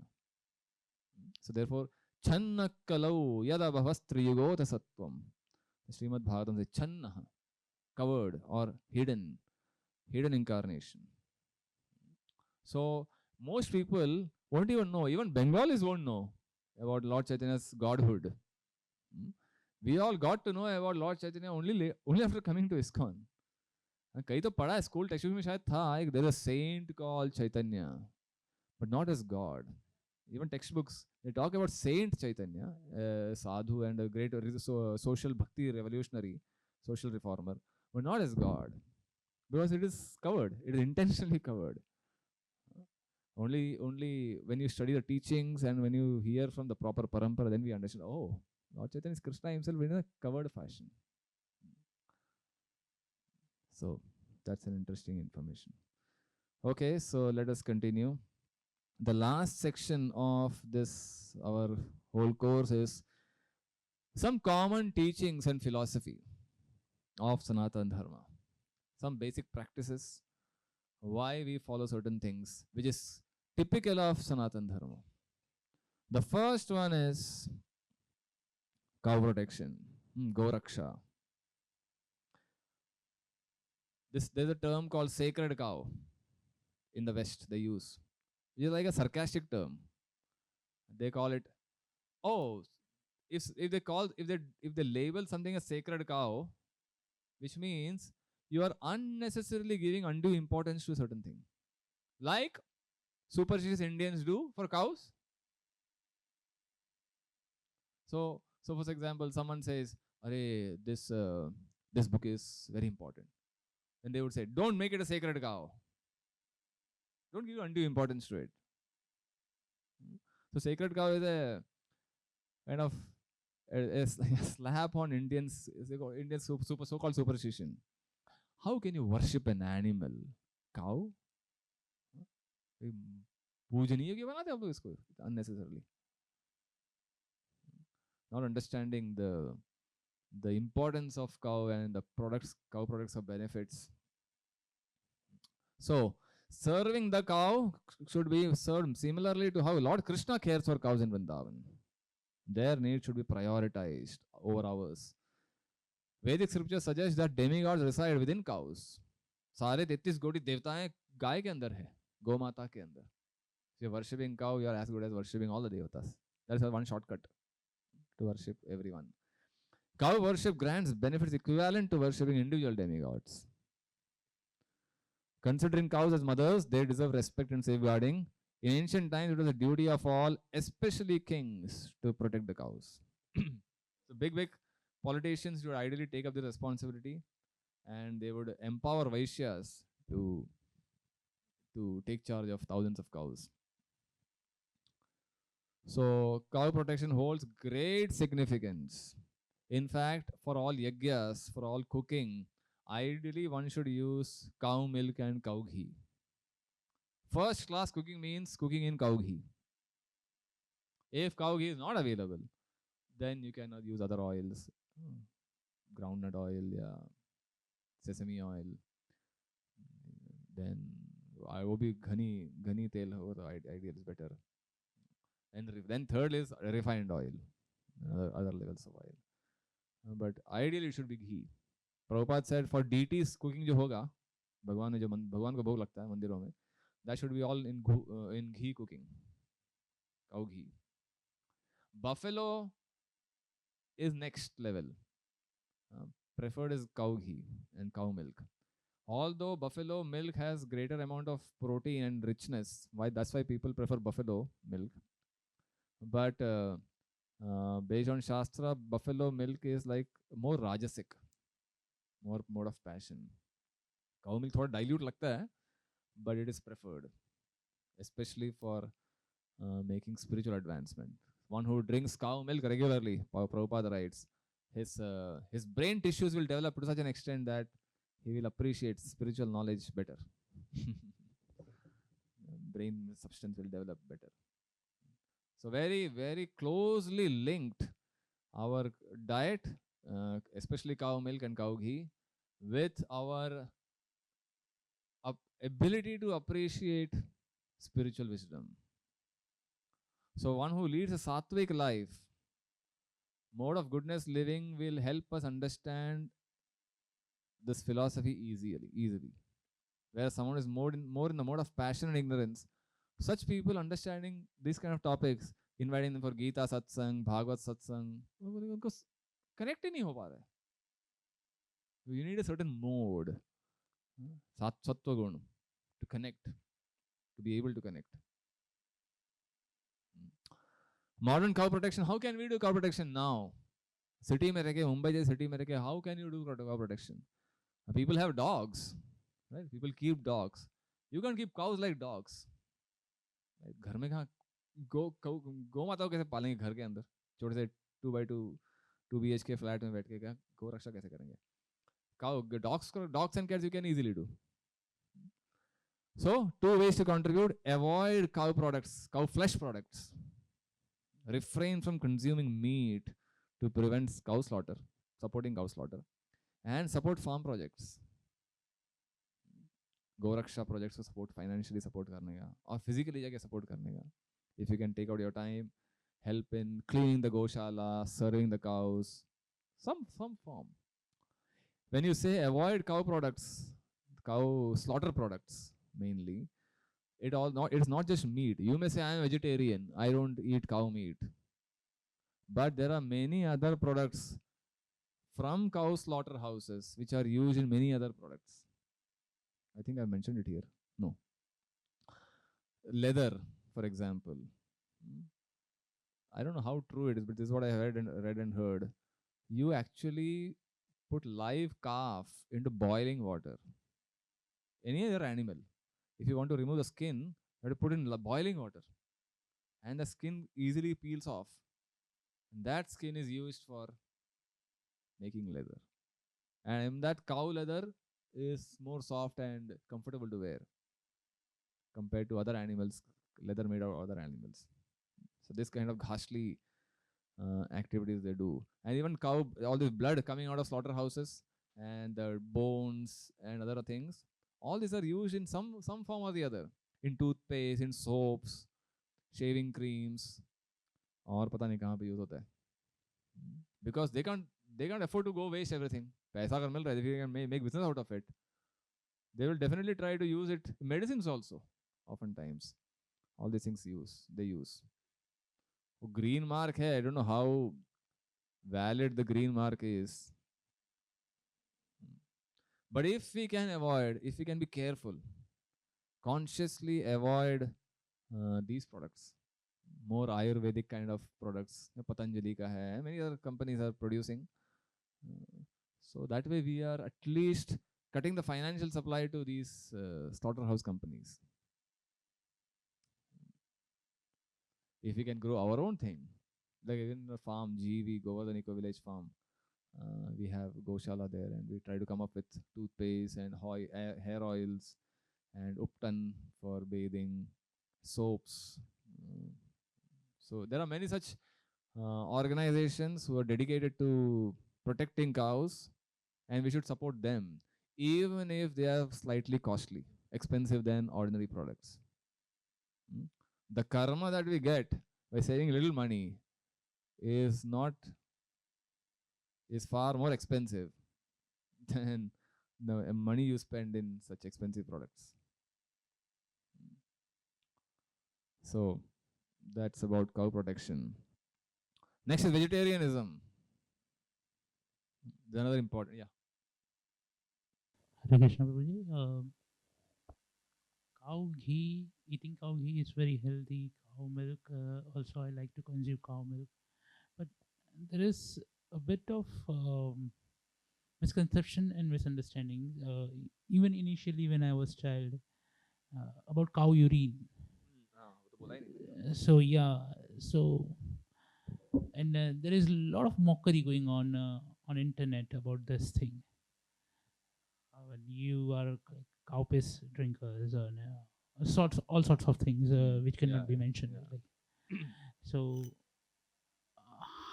how much importance is given in shastras and to cow urine? Like, and I've seen videos and articles about supporting cow urine as well, but there are um, people who claim that there is no such scientific evidence as well, and there's no too much of scientific value to that particular. So, what do you say about? Yeah, at least Ayurveda has a lot of usage for youth with cow urine. Cow urine is an integral part of Ayurvedic treatment. And of course, you will find the people who don't want to believe, people who want to promote modern products. Definitely, they will not encourage cow urine, and they will make fun of it. But at least our shastra recommends cow urine, regular usage of cow urine. How to use, how much to use, that can be discussed. That's a detail.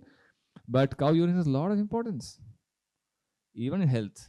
I mean, there are researches that says cow urine can avoid cancer also. I'm not an expert in that area, but काफी benefits है. Very, very, very useful. Lot of benefits, health benefits. Someone who drinks cow urine regular basis, little quantity on a daily basis, immunity power and other anti-cancerous effects है उसका. COVID का भी था, but then again there's a debatable thing. People debated also about it. Yes, it is debatable. People have. I mean, again, who is debating against it? That we have to see. Just because some debate is happening doesn't mean we have to take every debate seriously. But people with no credentials, they are the ones debating it. Social media में थोड़ा popular हो गया doesn't mean they have to take everything seriously. Again, whom do you listen to? Whom do we consider authorities? Which bird?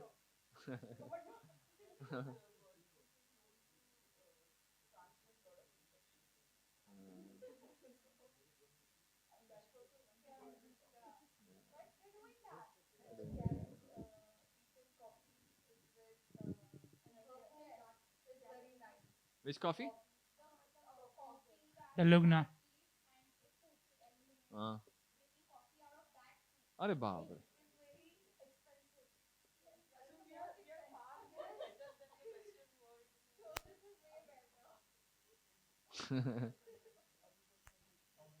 Yeah, this cow dung का लगाया हुआ है. Ultraviolet ray absorb करते हैं जैसे cow dung. So see, something that has been handed on by, again, since we are discussing Sanatan Dharma, right? Sanatan Dharma ke liye this is an integral part. Suddenly some modern revolutionary, so-called revolutionaries come up and they come up with some theories saying, hey, how can you drink cow urine and cow dung?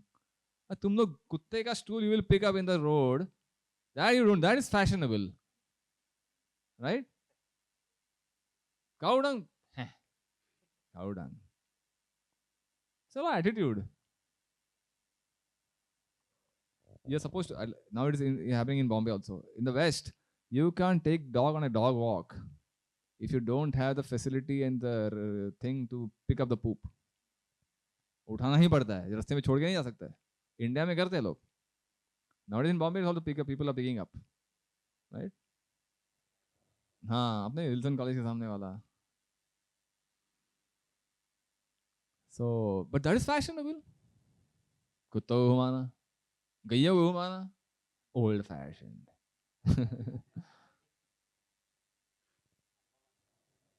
हाँ, कुत्ते के लिए malls है, beauty parlours है. हाँ,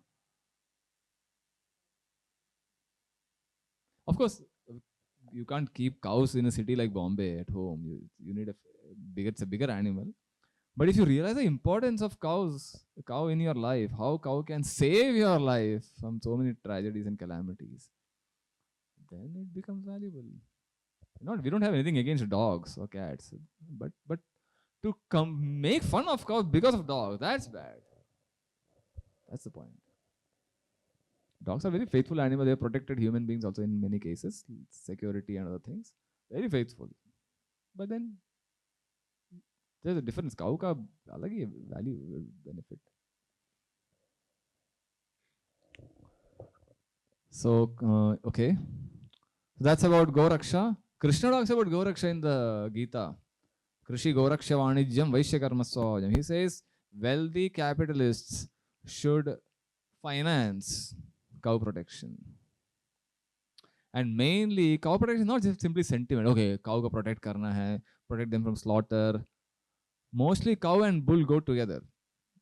If you have bull also, cow protection includes bull protection also.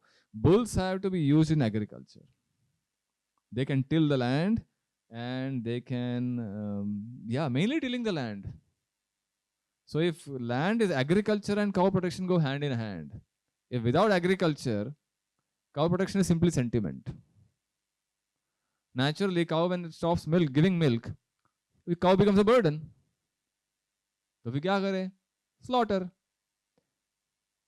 Because people don't know the value of cow dung and cow urine. But if you have agriculture, then cow dung is a big asset. Cow urine and cow dung becomes fertilizers. So but if we don't have a land, then cow dung is a waste. Cow urine is a waste. So ideally, agriculture and cow protection are closely linked. But because we stopped agriculture by introducing tractors आ गया, then bulls become a liability. तो bulls को मारो, slaughter कर दो. The cow becomes a liability again after they stop producing milk. It leads one after another. It leads. Industrialism is hailed as a big revolutionary change, but what it is leading to? It is leading to cow slaughter. It's all step by step. Therefore, you need visionaries. All these acharyas explain to us how one thing, I don't know how true this is. The tractors got introduced somewhere in First or Second World War time. They had a lot of machines and they used in war के लिए बनाया था. And then war हो गया, then it becomes a क्या करे इसका ये machines का. So use it for agriculture. तब agriculture इतना बड़ा काम कर लेता है वो. You can replace cows. फटाफट हो जाता है. You can till acres of land with one machine and you save money. Petrol तो है ही enough. तो काऊ को संभालेगा कौन? ग्रेजिंग को ले जाने का, एंड देन उसको खिलाओ पिलाओ संभालो. One tractor is enough. That's how cow killing started in the name of agricultural development. Of course, there could be details, very variations to this narration, but that's how when you have machines replacing cows and bulls, then the animals become a burden. Then you convert them to meat. Then all the karmic consequences happen. एक के बाद एक चालू हो जाता है. Okay, so that's cow protection. Next is vegetarianism in general. Not just protecting cows, but protecting all animals. Avoiding the meat of all animals. So this is just some comparison, very good research. Look at the medical calories of the vegetarian foods. Cashew is 596, coconut 444, groundnut 541, 549, cheese 348, ghee 900 calories. Flesh foods, egg 173, fish 91, mutton 194, pork 114, beef 114.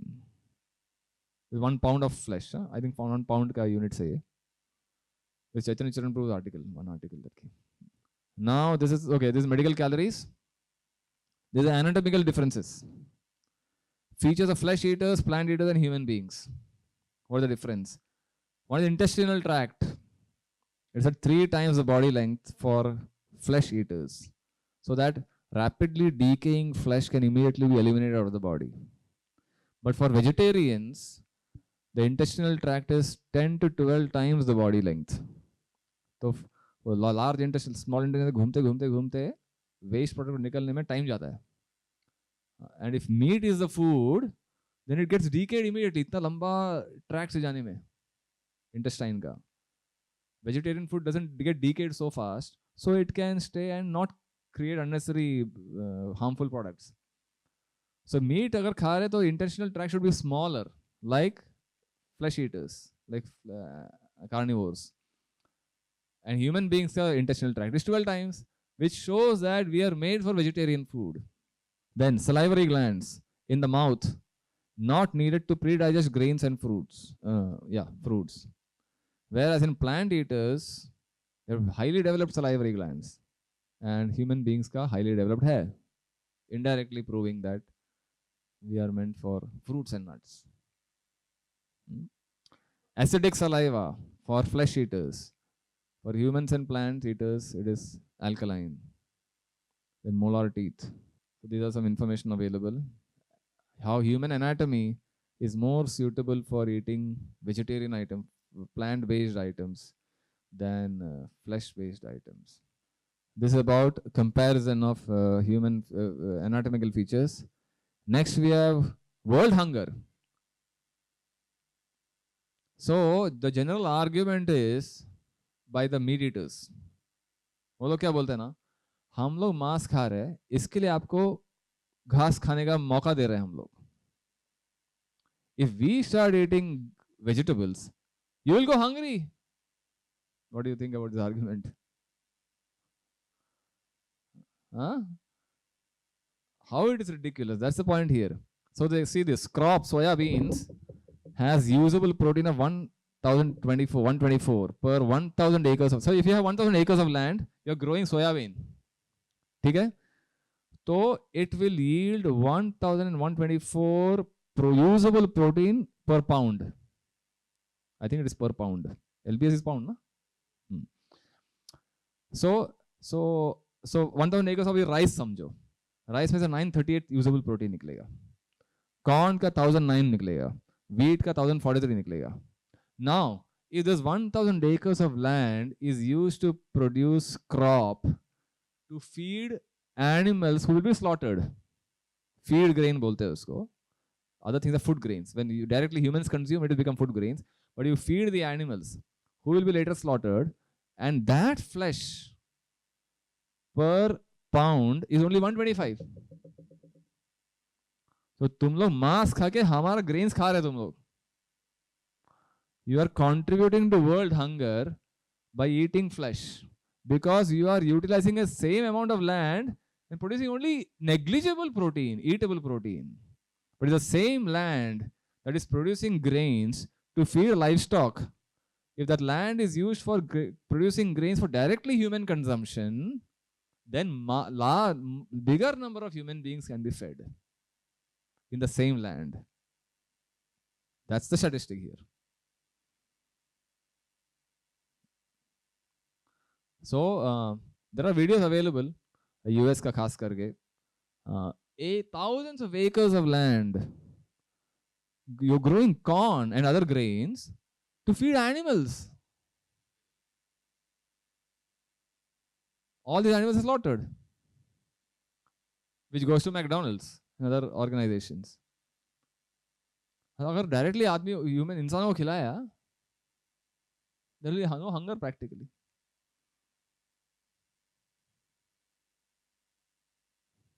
Okay, so that's about world hunger. So all these non-vegetarians, they're not doing a favor upon us by eating meat. They're in fact contributing to world hunger.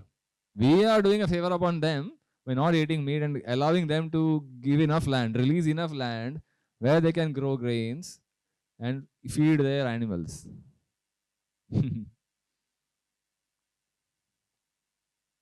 Environment, yes. Mike. आपके लिए नहीं है, online वालों के लिए. Hare Krishna.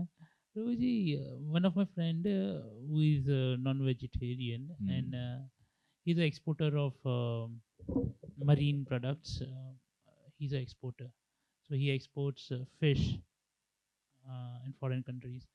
So once he explained me that fish is also a vegetable of sea.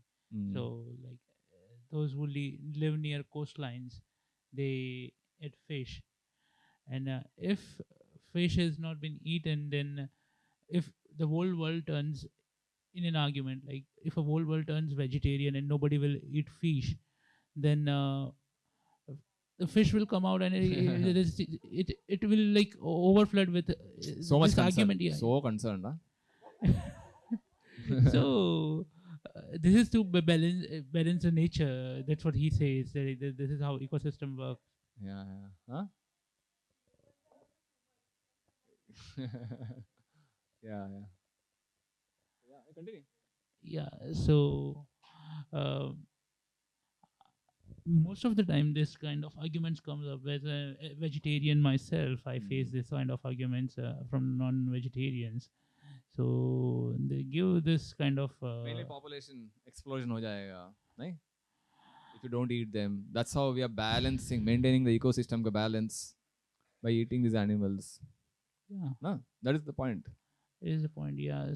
So it is not true. It is invalid. First of all, there are many arguments against this. One is you are not the one who is maintaining the balance. Okay? Nature is controlled by someone else, far bigger than us, and that person has enough capacity to ensure balance of ecosystem. Still, forgetting that, let us keep that argument aside. ये जो fish की बात करें ना, fish, chicken and all these things, we are artificially growing them in poultry farms and aquariums and increasing the population and then we eating them to control the population. ये कौन सा logic है भाई? there is they call it the farming, like how you do farming of crops. हाँ तो population control करने के लिए नहीं खा रहे आप लोग. Already आप लोग बढ़ा रहे हैं पहली बात. And then you're reducing and then giving the justification that we are controlling the population by eating them. So that point is not valid. Poultry farms, what are they doing? They're growing chicken, right? Artificially, they inject some injections, and then a chicken normally which gives, I don't know how many eggs they give normally. They give multiply the number of eggs they give, which is like harmful to their health, and their lifespan reduces by that artificial production of eggs.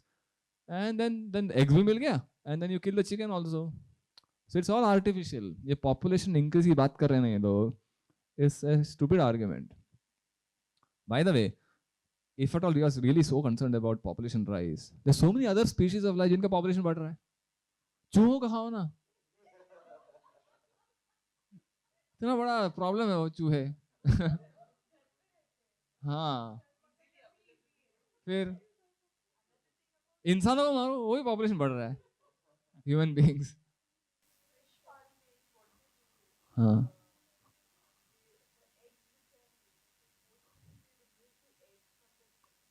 So it's all artificially increasing the population. A sea की बात कर रहे हैं, oh, that's an exception. Let us not consider it as a norm everywhere. ठीक है, you are staying close to the sea beach and then you have no other source of livelihood. That's an exception. We are talking about in general, overall world, overall population. Not everyone is living at the sea, right?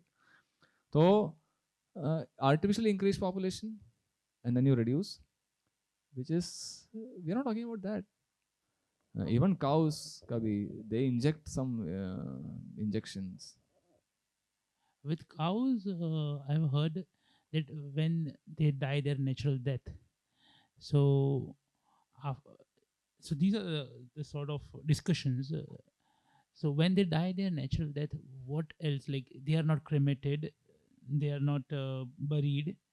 So if cow is useful during during her lifetime, cow is so what's the problem in being useful after her after life? So if the cow dies a natural death, and if skin is removed and made leather that's products, okay. Then there's no problem. then because even Parsi community, Zoroastrian community, they when they leave their body, Throw it to they throw to vultures, and then their bones are used as a powder for water purification. That's what they did. They used to sprinkle on the well, and then that water was used. So this sort of argument is given that if a creature dies and afterlife he's been useful. That's okay. No problem. Natural death ke baad you want to use the dead body, no problem. But allow it to die naturally. Because It has a even quota of life. Even human after his natural death, No there are problem. people are removing eyes and No it's problem. been donated. ठीक है ना, no problem. करने दो. So this argument is That's valid. okay. Yeah, that's fine. Natural death. Prabhupada writes in one of the books. Let the cow die as natural. Every cow is going to die someday. Just wait for the cow to die naturally. You can use it for leather. जो करना है करो. मांस खाना तो भी खाओ.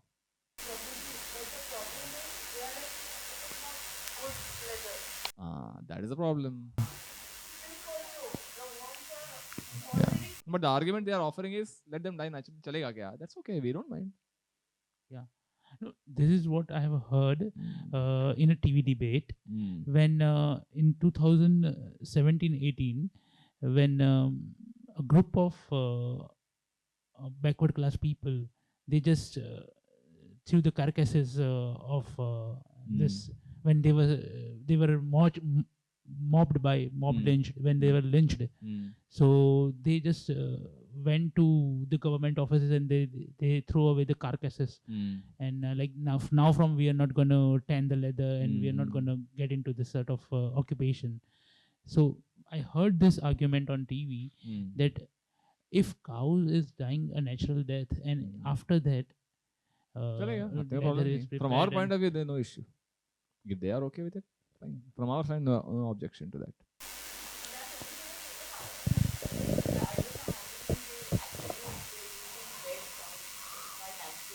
yeah, that is again this They don't use.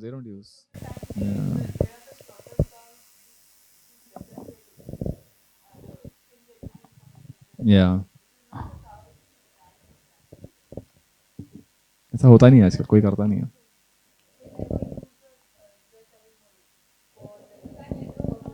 Yeah. And you never know when the cow is going to die, right? Animal is going to die. And you have to present there, immediately इसको ले लो, use करो. सड़ जाएगा आते आते. So that is about world hunger. You want to say something? Environment. Meat eating also has hazardous effect on the environment, such as forest destruction, agricultural inefficiency, soil erosion and desertification, air pollution, water depletion and water pollution. How is this happening? So, for example, water. The amount of water consumed by slaughterhouses to just clean the place is huge. And the amount of water used to grow the feed grains and eventually transport it. So every place involves water. The same water, just like the land ka humne dekha, the same land if directly used for human consumption, it produces much more output. But if you use it, similarly, if you use the water also for direct human consumption, it can cater to much bigger human needs than when you use it for slaughter and then eventually for human consumption. Pollution. This is also their research has been done. How when you kill an animal, when the animal is about to die, when they see that I am going to be killed, they release certain vibrations, which is kind of negative. It is there. We call it law of karma. But there, the pain waves, they call it pain waves. Pain waves are like saturated in the atmosphere. And that pain has to come back in some form or the other. And even they release certain chemicals within the body when they see threat. So the animal dies, they kill, but the chemicals, poisonous chemicals remain. And when you cook that flesh, it's going inside. It's harmful for health. He's not allowed to do that particular job for more than a year or for a particular period of time, because if he continues doing that, he'll go insane and he'll go around killing people. The effect it has on a person's mind, his this, because it's crazy, Yeah, constantly it's murder. You're constantly killing. So for more than a, Yeah. I think back then it was a year, but now I don't know what it is. Now So people have become insensitive. I don't know whether they're still following the same rule. I don't know, but at least back then. it Yeah, was could that. be. It could have been there. Like there is a saying, if slaughterhouse had glass walls, everyone would be a vegetarian. You know what's happening inside. अभी क्या हो रहा है अंदर कैसे जानवरों को मार रहा है. All we see is you order a McDonald's burger or any other item on Swiggy or other or company may order it comes to you nicely packaged, nicely decorated, and you don't see the gruesome murder happening behind the scenes.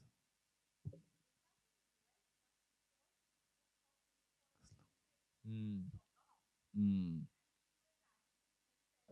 We are talking about the animals, but I would like to add that recently I was watching one research, and in which what scientists has done, they have done like they had told bad words to water, Mm. and the structure of the like molecule structure of the water was Yeah, different yeah. than the normal one. So like of course it has a negative effect. That, yep.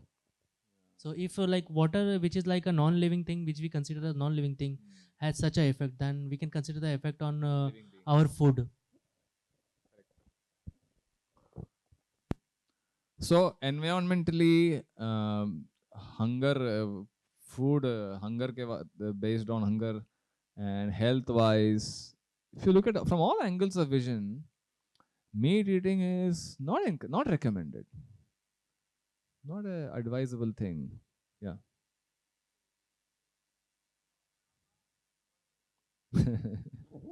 this this sort of question comes. This sort of question comes. Just recently I read Lord Rama. Why did Lord Rama went to kill a deer? Golden deer की बात कर रहे हैं आप. Golden deer की बात कर रहे हैं जब सीता को किडनैप किया रावण ने, वो वाला. हाँ. That was not for meat बाबा. गोल्डन डियर एक अनसीन ऑब्जेक्ट था. पहली बार ऐसा कुछ गोल्डन डियर दिख रहा है. तो Sita wanted that golden deer for as a pet. Ram didn't go अरे बहुत बहुत दिन से मांस खाए नहीं इसलिए खाने को जाता है, ऐसा नहीं सोच के खाए. जब से अयोध्या छोड़ा मेरे को मांस खाने मिला नहीं इसके लिए नहीं, ऐसा नहीं किया. He went to capture the deer, live deer, to give it to Sita to play as a pet. But there are other instances where somewhere in Ramayana they say, I have not read, where they say Ram has eaten meat, some deer ka skin. I don't know. Even if, let us for argument's sake, even if it is true that someday, somewhere, in some instance, Ram ate meat. ठीक है ना? I mean, I don't have reference, but argument's sake की बात कर रहा हूँ मैं. For the sake of that argumenter, whoever it is. ठीक है, राम खाया. तुम राम है क्या? राम अवतार है भाई. He can eat the whole universe if he wants in one gulp. है कि नहीं? He's God himself. It is his creation. He is the one who is giving life to the animal. He has a right to eat the animal even if he has eaten. We didn't create the animal, right? We didn't give life to the animal. And how can we have the right to take away the life? Right? So all this, if someone wants to justify their nonsense, they can do any itna bhi tum argument though, they will never be convinced. But our logic is, forget about Shastra and all, purely logical reasoning and sentiment to take away a life. If you are the animal, you are the chicken, and someone is coming to attack you, how comfortable you will be? Imagine yourself as a chicken or the goat or the cow, whatever it is, and you are being slaughtered. And he has a right to live, na baba. So jeene do na. So much pain, we can sense the pain of the animal. Aren't we going to get the reaction for it? So from all, we didn't come to the karma thing now. Law of karma के बाद भी नहीं चला, अभी तो सिर्फ regular argument चल रहा है. If you get into karma, then the whole chapter opens. We will discuss a little bit. Huh?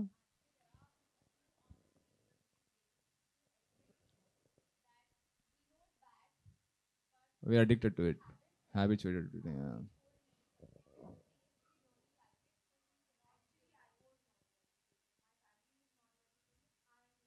Yeah. Yeah. Even I was a non-vegetarian at one point of time.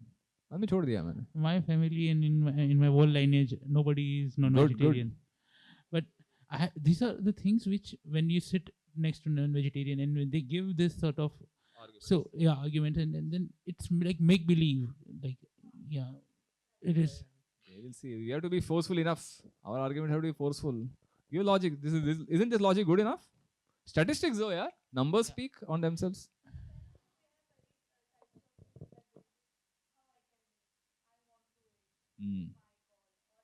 That's okay. That's okay. If you still want to eat, we are not going to force you to become vegetarian. We are just presenting you statistics. This is what the researchers do. Experts have said. We are not like हमने ISKCON मंदिर में छुप के कहीं कोने में बैठ के रिसर्च नहीं किया हम लोगों ने. Experts have done this research and they are presenting the statistics. Numbers will speak about themselves. You now decide. If you're giving arguments, if you want to argue logical reasoning, here it is. Hunger, anatomy hai, and nutrients hai. Now you decide.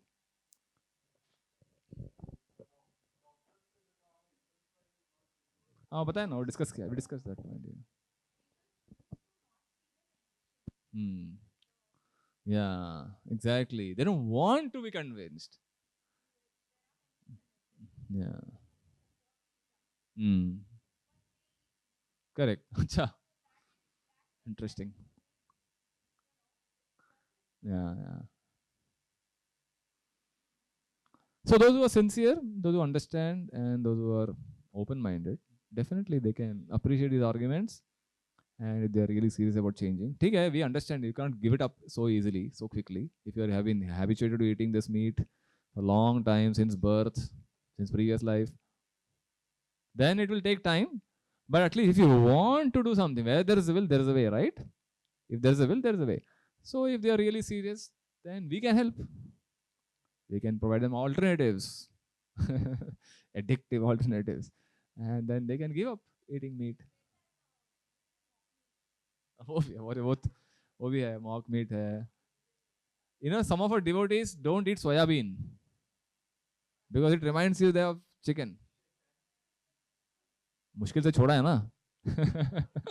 सोया खाए तो वापस वही आ जाता है, वापस addictive memories, hangover आ जाता है उसका. Okay, so that's about, so karma, law of karma also, which we'll see a little later. But karmic reaction of eating meat. Prabhupada in one place writes, because of continuous animal slaughter happening, we are facing all these wars and natural calamities. When you give violence to animals, nature will give violence to you. We fight among each other. We create wars, national calamities. All these war chal raha already kahin pe. It can escalate into world war, they say, very soon. Nuclear attacks, atomic bombs, all kinds of terrorism. You are terrorizing the animal, then someone will terrorize you. It's just a reaction. You get what you give. Okay, so that's about meat eating and vegetarianism. There are excellent videos. There's a video called Meat Your Meat. Yeah, that's why I didn't show here. But if you want, you can see that's what kind of torture happens to the animals inside a slaughterhouse. In all these people जो argument करते हैं उनको दिखाना चाहिए सब चीज. Okay, next important concept in our Shastra is the three modes. Sattvagun, Rajogun, Tamogun. Very important concept to explain human behavior. So in the Gita, they are called gunas. Guna. Triguna. So Guna is also means rope. So rope का देखा ना वो क्या बोलते हैं इसको, braiding करते हैं. That's how you make it thick and powerful. Similarly, these gunas intertwine with each other and form a thick combination. 3 का बंदा 3 into 3 9, again into 9, again into ऐसा multiply होके you get unlimited varieties of behavioral patterns.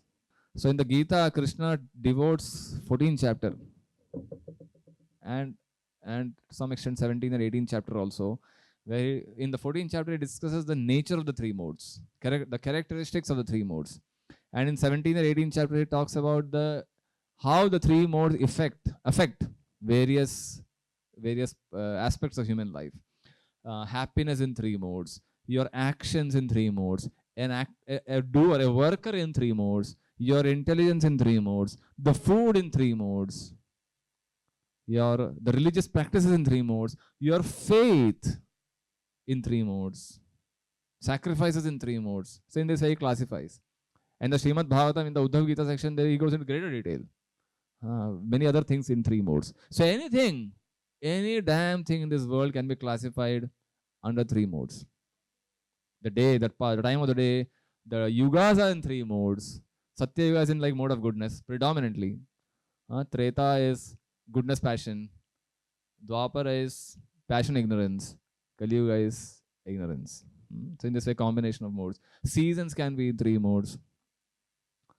How you drive can be in three modes. You drive passionately, that is in the mode of passion. You're like slow and steady, following all the rules and regulations. It's like mode of goodness. Someone overtakes you and then you get agitated. You can decide which mode you are in. In this way, everything, how our behavior, our response, how you respond to a situation, it can be classified under three modes. Our speech can be in three modes. Our thought processes can be in three modes. Krishna also talks about charity in three modes. Sattva-guni dan kya hai? Rajoguni dan, tamoguni dan. There's a nice table in one BTG article. It came all combined, Bhagavatam Kavala and the Gita Vala in one chart. I have it. I'll later share with all of you.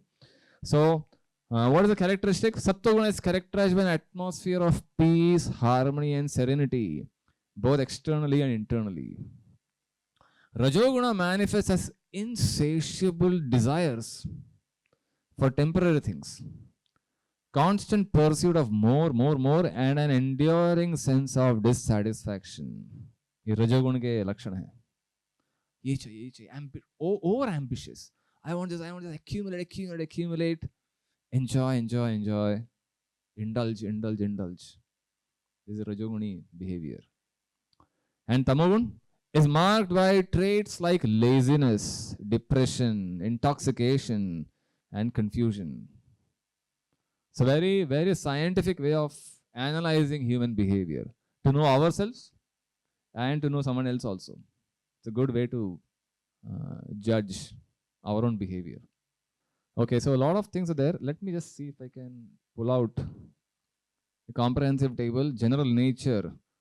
The characteristics are given in the beginning. Qualities in the mode of goodness. So there's a color also. It's not shown here. Goodness is yellow, passion is red, and ignorance is blue. So yeah, sattva is also sometimes white. It's shown as white also. So white. So just like we have three colors, RGB, TV wala, computer monitor wala, red, green, and blue combined. Something red, blue, and yellow. बोलते हैं guys, some people. Anyway, we have studied RGB. So R, G, and B combine together in various proportions and form all colors. Right? Any color you see anywhere, that can be produced by the specific combination of red, green, and blue.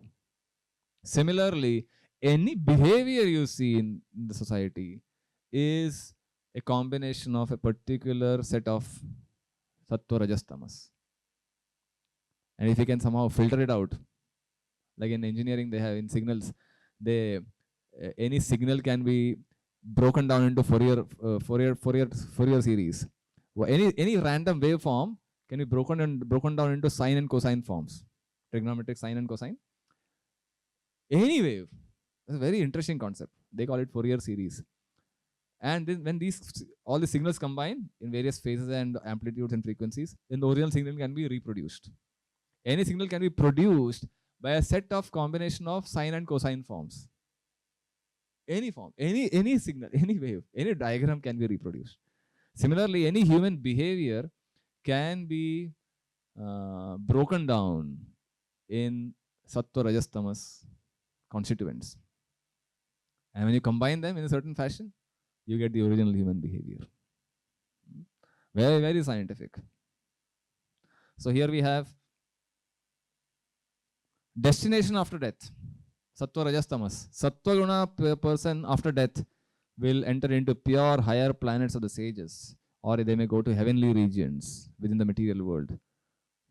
Whereas those who are in the mode of passion, they are usually born as human beings, and people in the mode of ignorance go to hell, or they become animals and they will be slaughtered. Faith. Faith, usually for people in the mode of goodness, they will worship the devatas and they will direct progress towards spiritual life.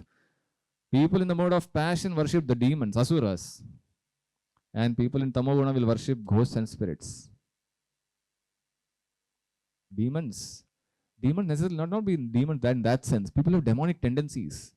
Even in our planet also, people who have such Hitler, maybe something like that. People worshipping Hitler or having role models. When they say worship, no, we consider them as role models.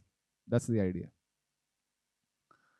Food in 3 modes is there in the Gita. Sacrifice in 3 modes. Food is also good, interesting concept. Juicy, fatty, wholesome, pleasing to the heart, increases lifespan, purifies our existence, gives strength, health, happiness, and satisfaction. They're wholesome, pure, and obtained without difficulty. This is important. Obtained without difficulty. You don't have to struggle hard. Like slaughter meat, you have to go through so many procedures to ultimately get the food in the plate. Whereas fruits, you pluck the fruit and you get it in the plate. Such a easy process. That's sign of mode of goodness. And something that goes through a lot of processing, you are adding the element of passion into it more and more. The more processed the food is, the more the element of passion. Bitter, sour, salty, hot, pungent, dry, burning, extreme tikha, chili willi se bhara hua. That is mode of passion. Gives immediate pleasure to the senses. Then old, stale food, untouchable. Meat is in that sense untouchable. Therefore, it is the mode of tamas. Can be in the mode of passion also. Unless exception is prasadam. The purport mein Prabhupada writes, Krishna prasadam is transcendental. Even if it is days old, we are supposed to eat, by the way. we don't eat that. Jagannath Puri se kuch laya samjho, something. Or any other holy place. If it is prasadam, then it is beyond the modes. Sacrifice in 3 modes, austerity in 3 modes, charity in 3 modes. Then knowledge can be in 3 modes. Action in 3 modes, work in 3 modes. Knowledge in 3 modes, let us see.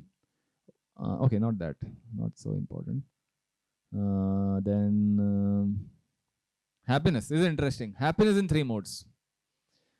Happiness in Sattva Guna is poison in the beginning, but like nectar in the end. Initially, करने में पसंद नहीं आता है, but nectar in the end, it will give you good results. Whereas Rajasic happiness is exactly the opposite. Nectar in the beginning, poison in the end. Immediate pleasure. When you indulge in something, you have immediate gratification. That is Rajasic, which will guarantee give you trouble a little later. ऐसा अगर कुछ है, Rajasic happiness. And if you tell someone, अरे ये ऐसा कर, well, इसमें क्या मजा ही नहीं है कुछ. But आगे you will get some pleasure, some benefit. That is actually sattvic. And tamasic क्या होगा फिर? Beginning and both miserable only. Start with problem, end with problem. Worship in 3 modes. Devotional service can be in 3 modes. This is Kapila Dev's instructions. 3rd canto. Then state of consciousness produced in 3 modes. Residence also can be in 3 modes. Residence in forest. Forest in the sense, in place with greenery and other things. That is considered mode of goodness. Residence in cities is mode of passion. Welcome to Mumbai. And residence in a gambling house, all kinds of tamoguni activities jahan pe hota hai, gambling, liquor, prostitution, that is in the mode of ignorance, darkness. So if we are in Sattvagun, we will appreciate things that are in Sattvagun. Like frequencies match. But if I am in Rajogun And if someone tells you, "Arey, morning early waking up was so nice," he goes, "Hey, सोने का time बिगाड़ रहा है मेरा." We won't appreciate only. He will enjoy waking up at 10 o'clock only. Or later. And tamoguni people, they will become active in the night. 12 बजे रात में दिन चालू हो रहा है उनका active. Partying and drinking and boozing. So, Sattoguni, there's a nice Gita verse. It's a Ya Nisha Sarva Bhutanam Tasyam Jagarti Samyami. Tasyam Jagrati Bhutani Ya Nisha Pashyato Mune. What does it mean? Ya Nisha Sarva Bhutanam. What is night for the ordinary living being? It's the waking up time for an introspective sage. What is night for a sage is a time of activity for all the other people, ordinary people. It's all diametrically opposite activities. Yeah, you got the point, right? So what is our waking up time is when they become active, when they go to sleep. When they become active, we go to sleep. Okay, so that's about the 3 modes. Okay. Yes. Newborn babies का क्या? Your three modes you're saying? उनका morning तभी होता है जब हम लोग का रात होता है. She got a 1-year-old child. इसके लिए she's asking. So does that mean कि उसके अंदर तमोगुण का No, ये प्रभाव don't हो forget रहा about the child and elderly people. है? Okay. They're all exceptions. Okay. Medically sick people, children will sleep 20 hours a day, right? You can't say, hey, तमोगुण में बाहर निकल. We can't do that. बेचारे को सोने दो यार. Or elderly people also. But then, normally, normal average human being, average adult. Thank you. Yeah. So that's about 3 modes.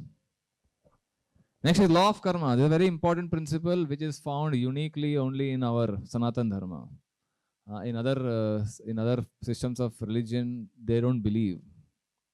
When Prabhupada was in college, Scottish Church's college, he had a professor, Professor Zetland. He's a Scottish professor, British period in Calcutta. So he challenged the students. You know the story?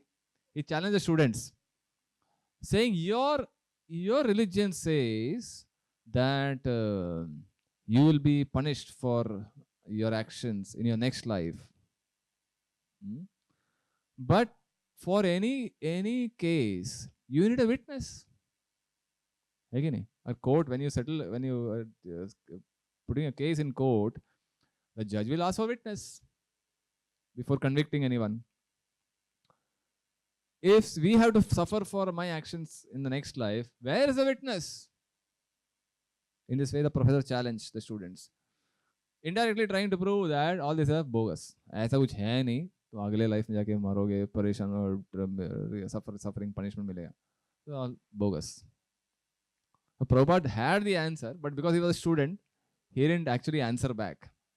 Later he writes, in a conversation it shares this. He says, in this way my professor challenged, but I couldn't answer. But I knew the answer. There is a witness. Who is the witness? Paramatma is a witness. Paramatma is observing everything that we are doing, and everything is recorded.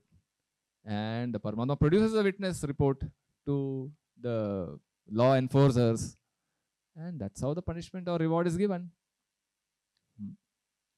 So, for every action there is a reaction, and if the reactions don't come in this life, then the reactions are carried forward into the next life. Suppose, now, like for example, I throw a ball. The reaction is immediate, and the ball bounces back. Instantaneous reaction. If I say, for example, I eat something, contaminated food, I get the reaction when? Few hours later, my stomach get upset, I may fall sick. This reaction comes few hours later. The instant reaction or instantaneous. Or let us say, some more delayed. I do something, jiska reaction comes, what could be an example? I don't prepare for an exam properly. I have to appear for an exam. I don't study. And I get the reaction maybe 6 months later when the results are declared. Throughout the semester, I hang around. I don't study. And I get the reaction 6 months later. Right? So here we are seeing examples of actions that don't give you immediate reactions. The reactions come after a certain period of time. So by this extending this logic, can't there be some actions whose reaction will be far bigger? The reaction time will be far bigger than my lifespan. So I may do an action now, and the reaction may have to wait for say 10 years. And if I die before that, who will get the reaction? The reaction has to come to me, which means I have to take birth again and get the reaction. Right? Both good or bad. We are not talking simply of punishment reactions. Either good. Even if I do something good, the reaction may take some time, and if I die before that, I have to take birth again to enjoy the punya reaction. Huh? That is also there. Yeah.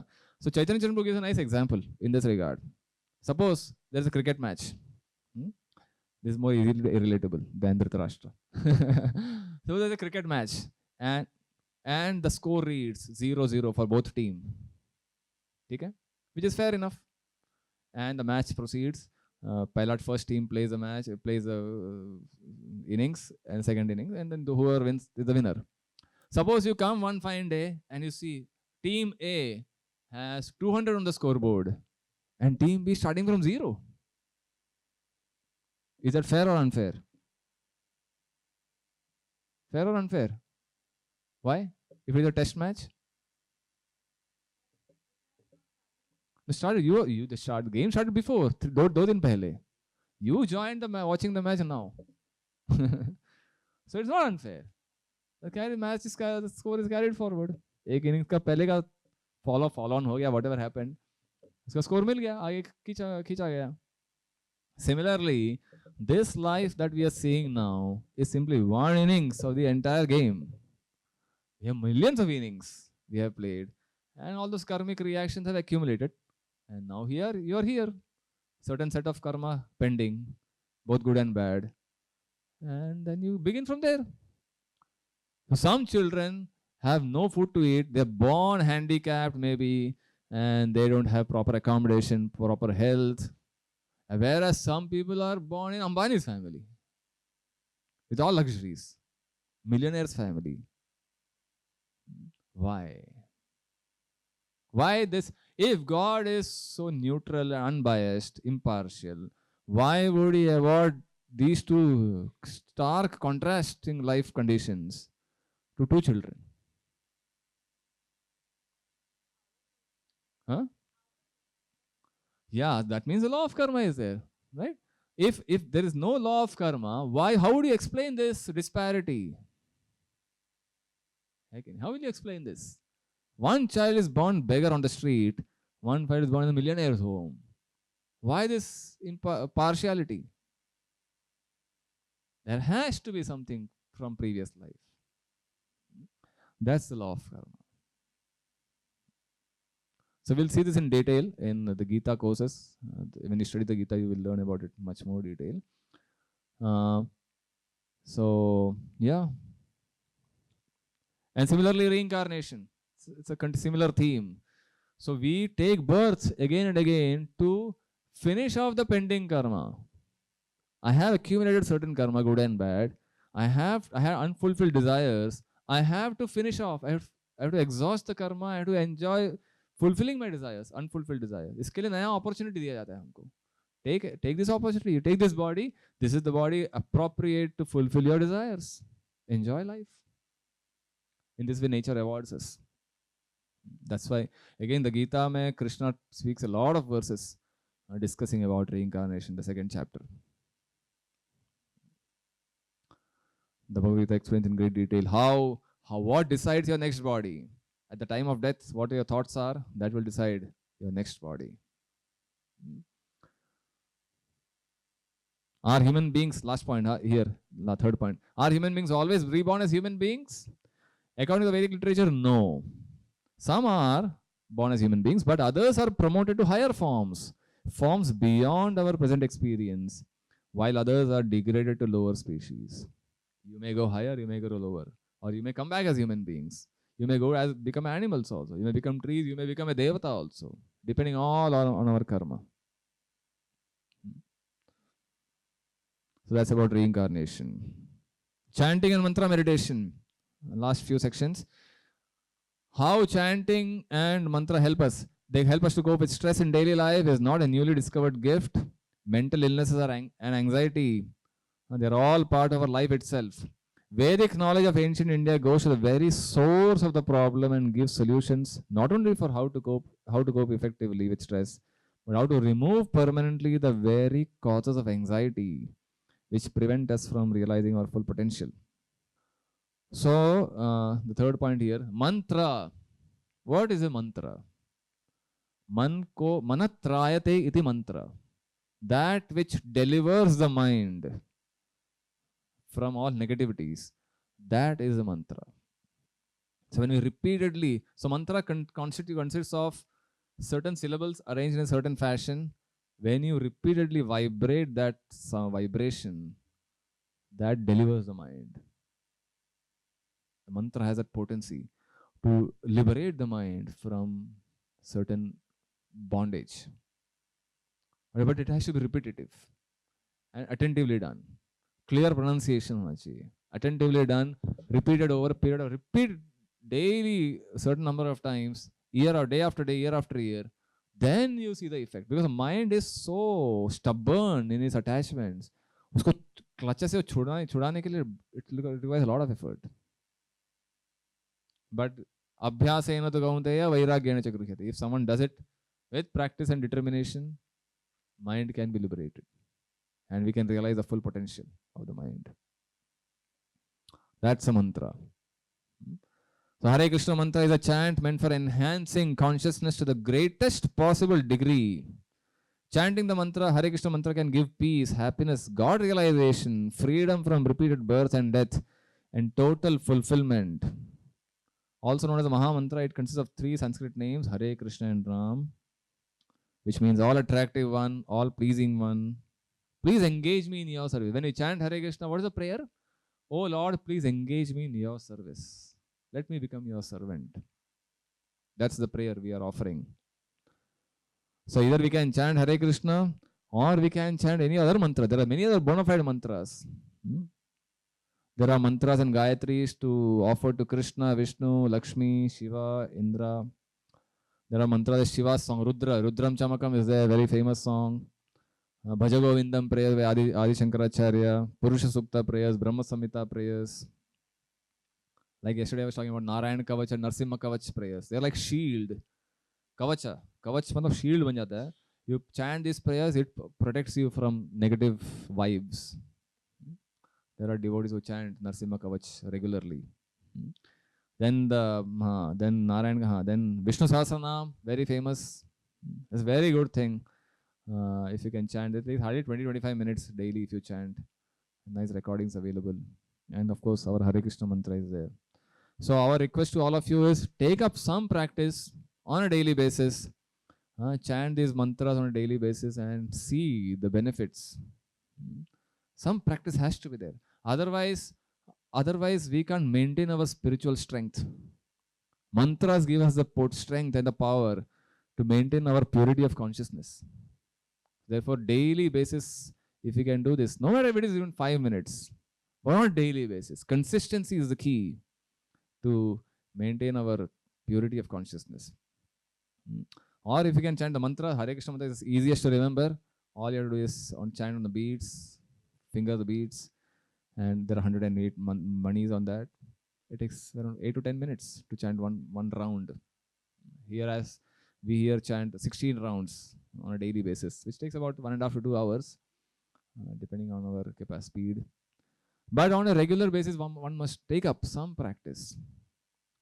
That's how we cultivate our devotional sentiments, devotional strength. And someone who is devotionally strong, we can resist the temptations. The temptations of the world are so strong. Simply by thinking that I will avoid, it doesn't help. We need divine power to say no to temptations, allurements. Only when we take shelter of these sound vibrations, then we can get the strength to say no confidently. So therefore, these prayers and mantras help. So I think that's the end of our discussion after a grueling 6 plus 6, 12-hour session over the last 2 weekends. So thank you all for signing up for this course and attending all these sessions. So sincerely participating enthusiastically.